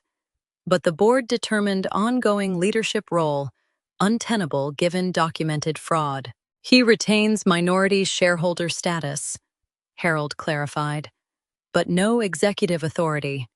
Formal termination letters go out today. The weight of it settled. Glenda gone. Terrence stripped of the position he'd spent 3 decades building toward. Both removed not through my accusation, but through their own documented actions. There's one more matter. Harold closed the investigation report and pulled a different folder. Succession. My father leaned forward slightly. First movement he'd made since the meeting started. The board voted unanimously to name you CEO, effective April 20th, Harold said. 2 days from now, I looked at him. At Lloyd. At the faces on both sides of the table. Because Terrence withdrew. Because you demonstrated the exact leadership qualities this company needs. Harold's voice read, absolute certainty. Crisis management under pressure. Operational knowledge evidenced in your defense preparation. Integrity when it would have been easier to compromise. The investigation didn't just clear you, it proved your capability. Lloyd nodded. Your compliance work prevented 3 major regulatory violations in the past 18 months that we didn't recognize as your interventions until we reviewed the timeline. You've been protecting this company for years. The crisis revealed what was already there. I kept waiting for the caveat. You're CEO, but it never came. We'll make the announcement Monday, Harold said. Company-wide assembly, 2 p.m. Give you the weekend to prepare. My father spoke for the first time. You've earned this, Larisa. Not because your brother failed, because you succeeded. The meeting ended with logistics, timelines, transition protocols. I signed acknowledgement of the investigation findings. Received the formal exoneration letter Harold had mentioned. Walked out of that conference room with a title I'd never quite let myself want, because wanting felt like betrayal. 2 days later, I stood in the main assembly hall, where 300 Caldwell Manufacturing employees gathered for the announcement. The same space where quarterly updates happened, where my father had announced major contracts, where Terrence had presented his vision for expansion at least a dozen times. Harold's voice carried across the crowd. After thorough investigation, the board is pleased to announce Larisa Caldwell as Chief Executive Officer of Caldwell Manufacturing, effective immediately. Applause. Genuine, from what I could tell. No whispers about fraud, no sideways glances questioning my legitimacy. Her leadership during recent challenges demonstrated the integrity and vision this company was built on, Harold continued. We're confident in this decision and excited for Caldwell's future under her direction. More applause. I stood where Terrence had expected to stand, receiving acknowledgement he'd assumed was his birthright. That evening, I sat in the CEO office. My father's desk, his chair, his view of the manufacturing floor through floor-to-ceiling windows. Terrence had already measured for new curtains, planned furniture arrangements, picked paint colors. None of it had happened. The CSR expansion proposal sat in front of me. The plan I'd drafted 6 months ago for community investment and operational sustainability. Terrence had called it premature, said it needed family consensus, blocked it in November. The office still smelled like my father's aftershave. But the signature on that approval was mine. I signed the authorization. No hedging. No family meeting. No softening the scope to protect his ego or preserve false peace. Approved. I wrote in the margin. Implementation begins May 1st. Yael's voice echoed. Clearing your name isn't enough. You need to stop protecting him. She was right. This was what stopping looked like. The CSR expansion went into implementation the following Monday. Department heads received their directives, budget allocations were finalized, and I spent the week doing exactly what I'd been hired to do. Run the company. The grocery store on Saturday morning smelled like fresh bread and floor cleaner, and I was debating between French roast and Colombian blend when I saw my brother standing 3 feet away in the coffee aisle. First Saturday in 6 weeks, without board documents in my bag. No investigation reports, no legal briefings, no evidence files. Just a reusable shopping bag and a mental list that included coffee, milk, something green for dinner, French roast or Colombian. The biggest decision I'd face all day. Terrence reached for the same French roast I was holding. Casual clothes jeans, navy pullover, running shoes.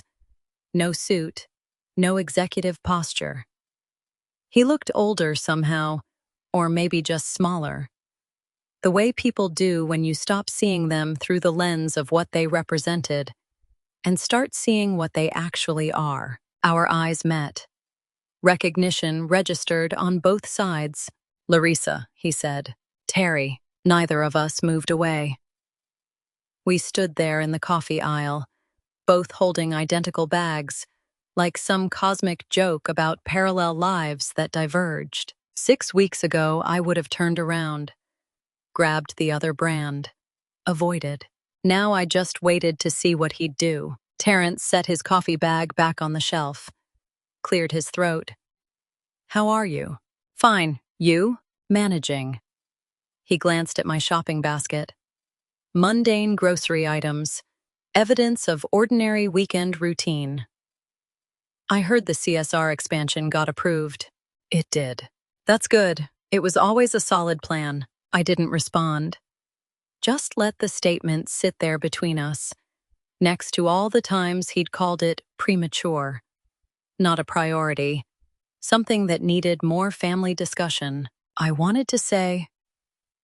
He stopped. Started again. I underestimated you. I see that now. You're doing good work as CEO. Really good work. The apology felt rehearsed, like he'd been carrying it around, waiting for the right moment to deliver it and feel better about himself. Maybe in time, he continued. Family can heal from this. Move forward. I studied him. My brother, 47 years old, former EVP operations, former heir apparent, currently standing in a grocery store, trying to negotiate his way back to comfort. You didn't underestimate me, I said. He blinked. I just said, you didn't underestimate me, Terry. You never estimated me at all. You never looked. His mouth opened, closed. Underestimating requires measurement, I continued. Voice calm, factual. You'd have to assess my capability and conclude it was less than it actually was. But you never assessed. You just assumed your position was secure because it had always been secure. You assumed Dad would choose you because he'd always chosen you. You assumed I wasn't competition because I'd never competed. Someone's cart rattled past us in the next aisle. The store's sound system played something instrumental and forgettable. That's different from underestimating, I said. That's just not seeing. Terrence's jaw worked. I don't know what to say to that. You don't have to say anything. When does an apology become more about the person giving it than the one receiving it? Somewhere between the coffee aisle and this moment, I'd stopped needing his acknowledgement. Stopped waiting for the validation that came from someone finally seeing me. Because the people who mattered had already seen me. Harold, Lloyd, my father, the board members who'd voted unanimously not because Terrence failed, but because I'd succeeded. And more importantly, I saw myself. I should finish shopping, I said. Terrence nodded. Looked like he wanted to say something else. Decided against it. I picked up the French roast I'd been holding. Take care of yourself, Terry. You too. I walked to the checkout. Paid for groceries. Loaded bags into my car. Drove 3 blocks before the weight of it fully landed. He'd wanted me to absolve him. To say it was okay. That family mattered more than fraud and sabotage. That we could move forward into some healed version of our relationship, where his apology erased the years of dismissal and the weeks of active harm. I don't need to do that anymore. The realization came without drama. No surge of anger. No triumphant vindication. Just quiet clarity that his regret was about his discomfort, not my healing. His apology was an attempt to restore equilibrium for him, to feel like a good person again, someone who acknowledged mistakes and made amends. But I didn't need his amends, didn't need him to understand what he'd done, or who I'd been all along. His understanding, or lack of it, didn't change the truth.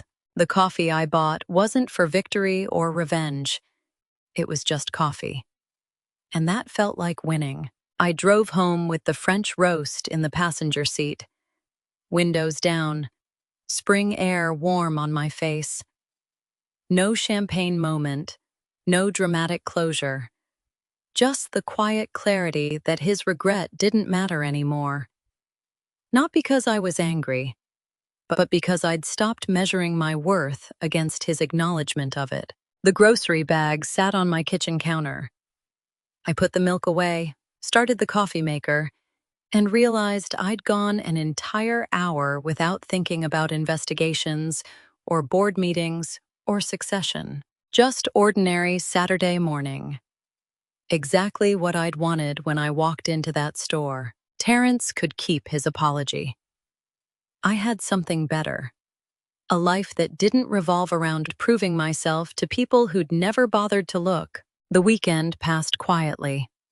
No board calls, no crises.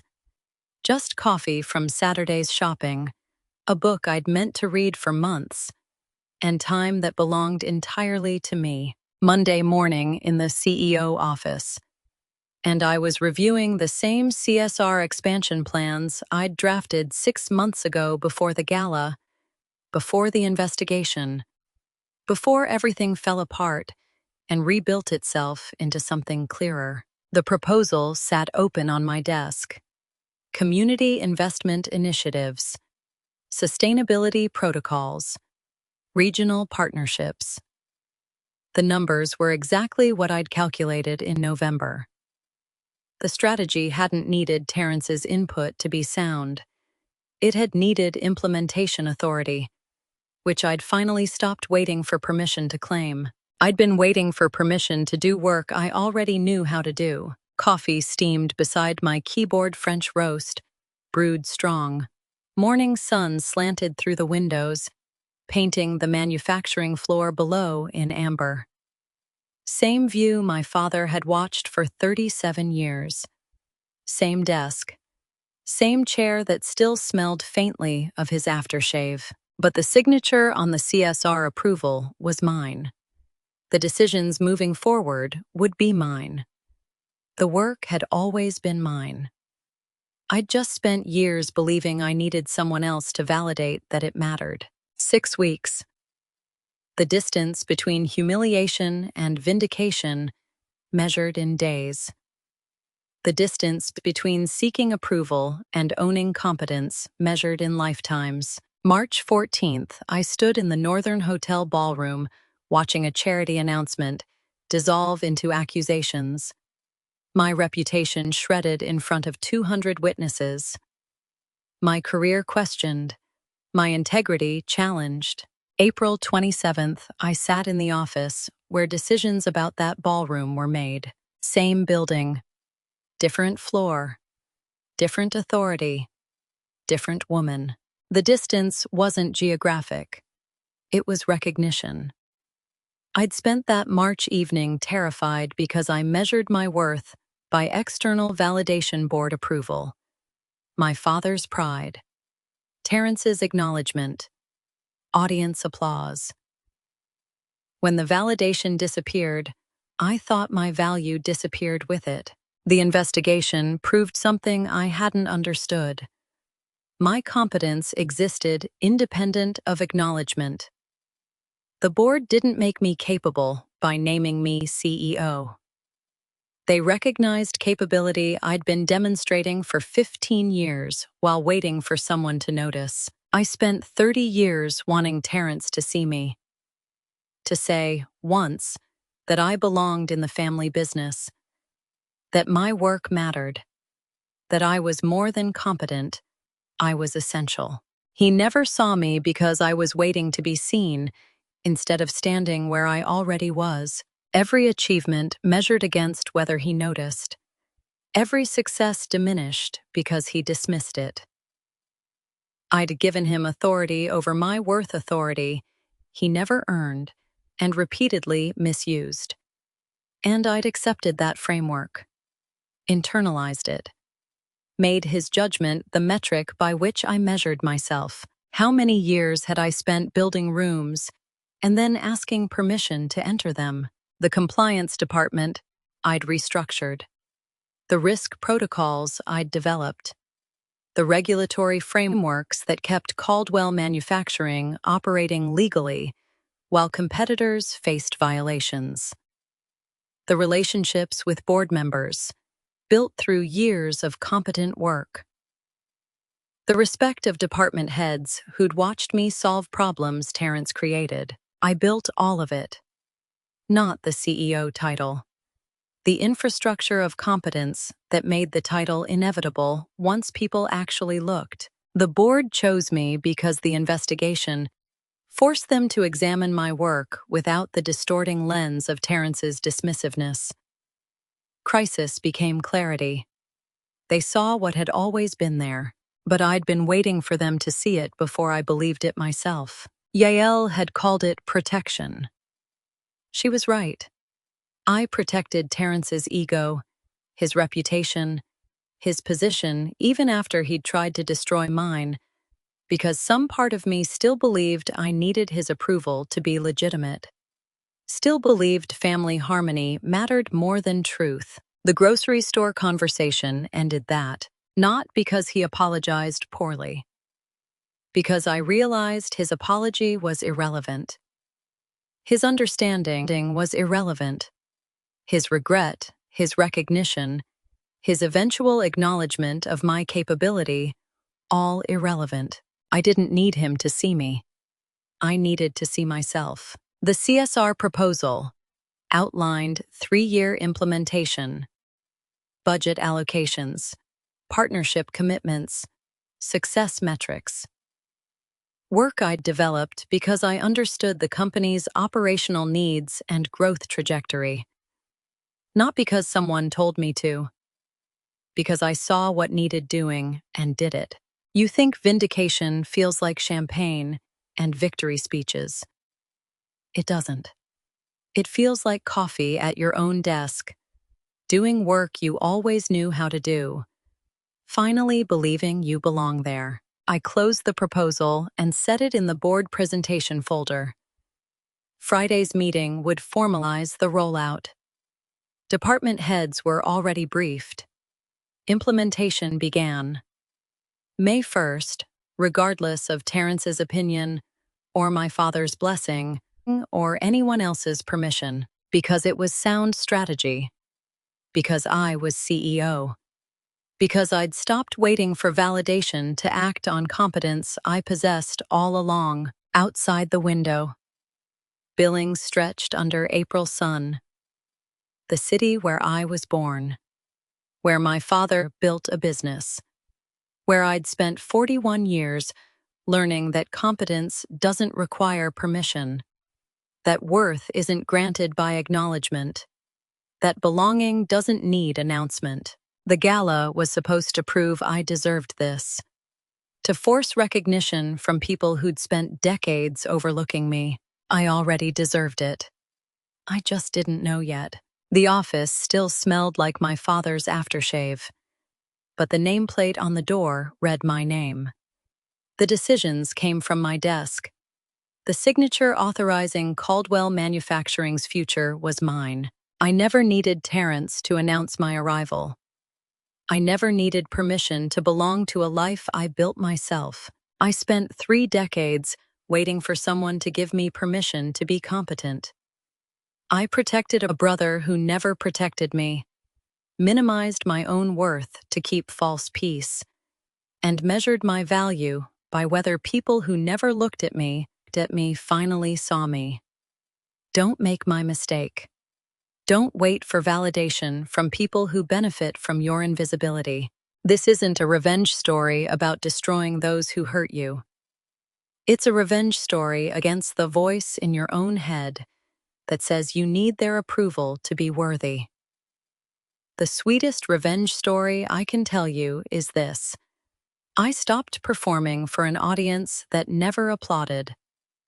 I believe God's timing brought me through that crisis, not to punish my brother, but to show me I'd been seeking external permission for internal worth. The investigation didn't make me capable. It revealed capability I'd possessed all along. If this story resonated with you, I'd love to hear your thoughts in the comments below.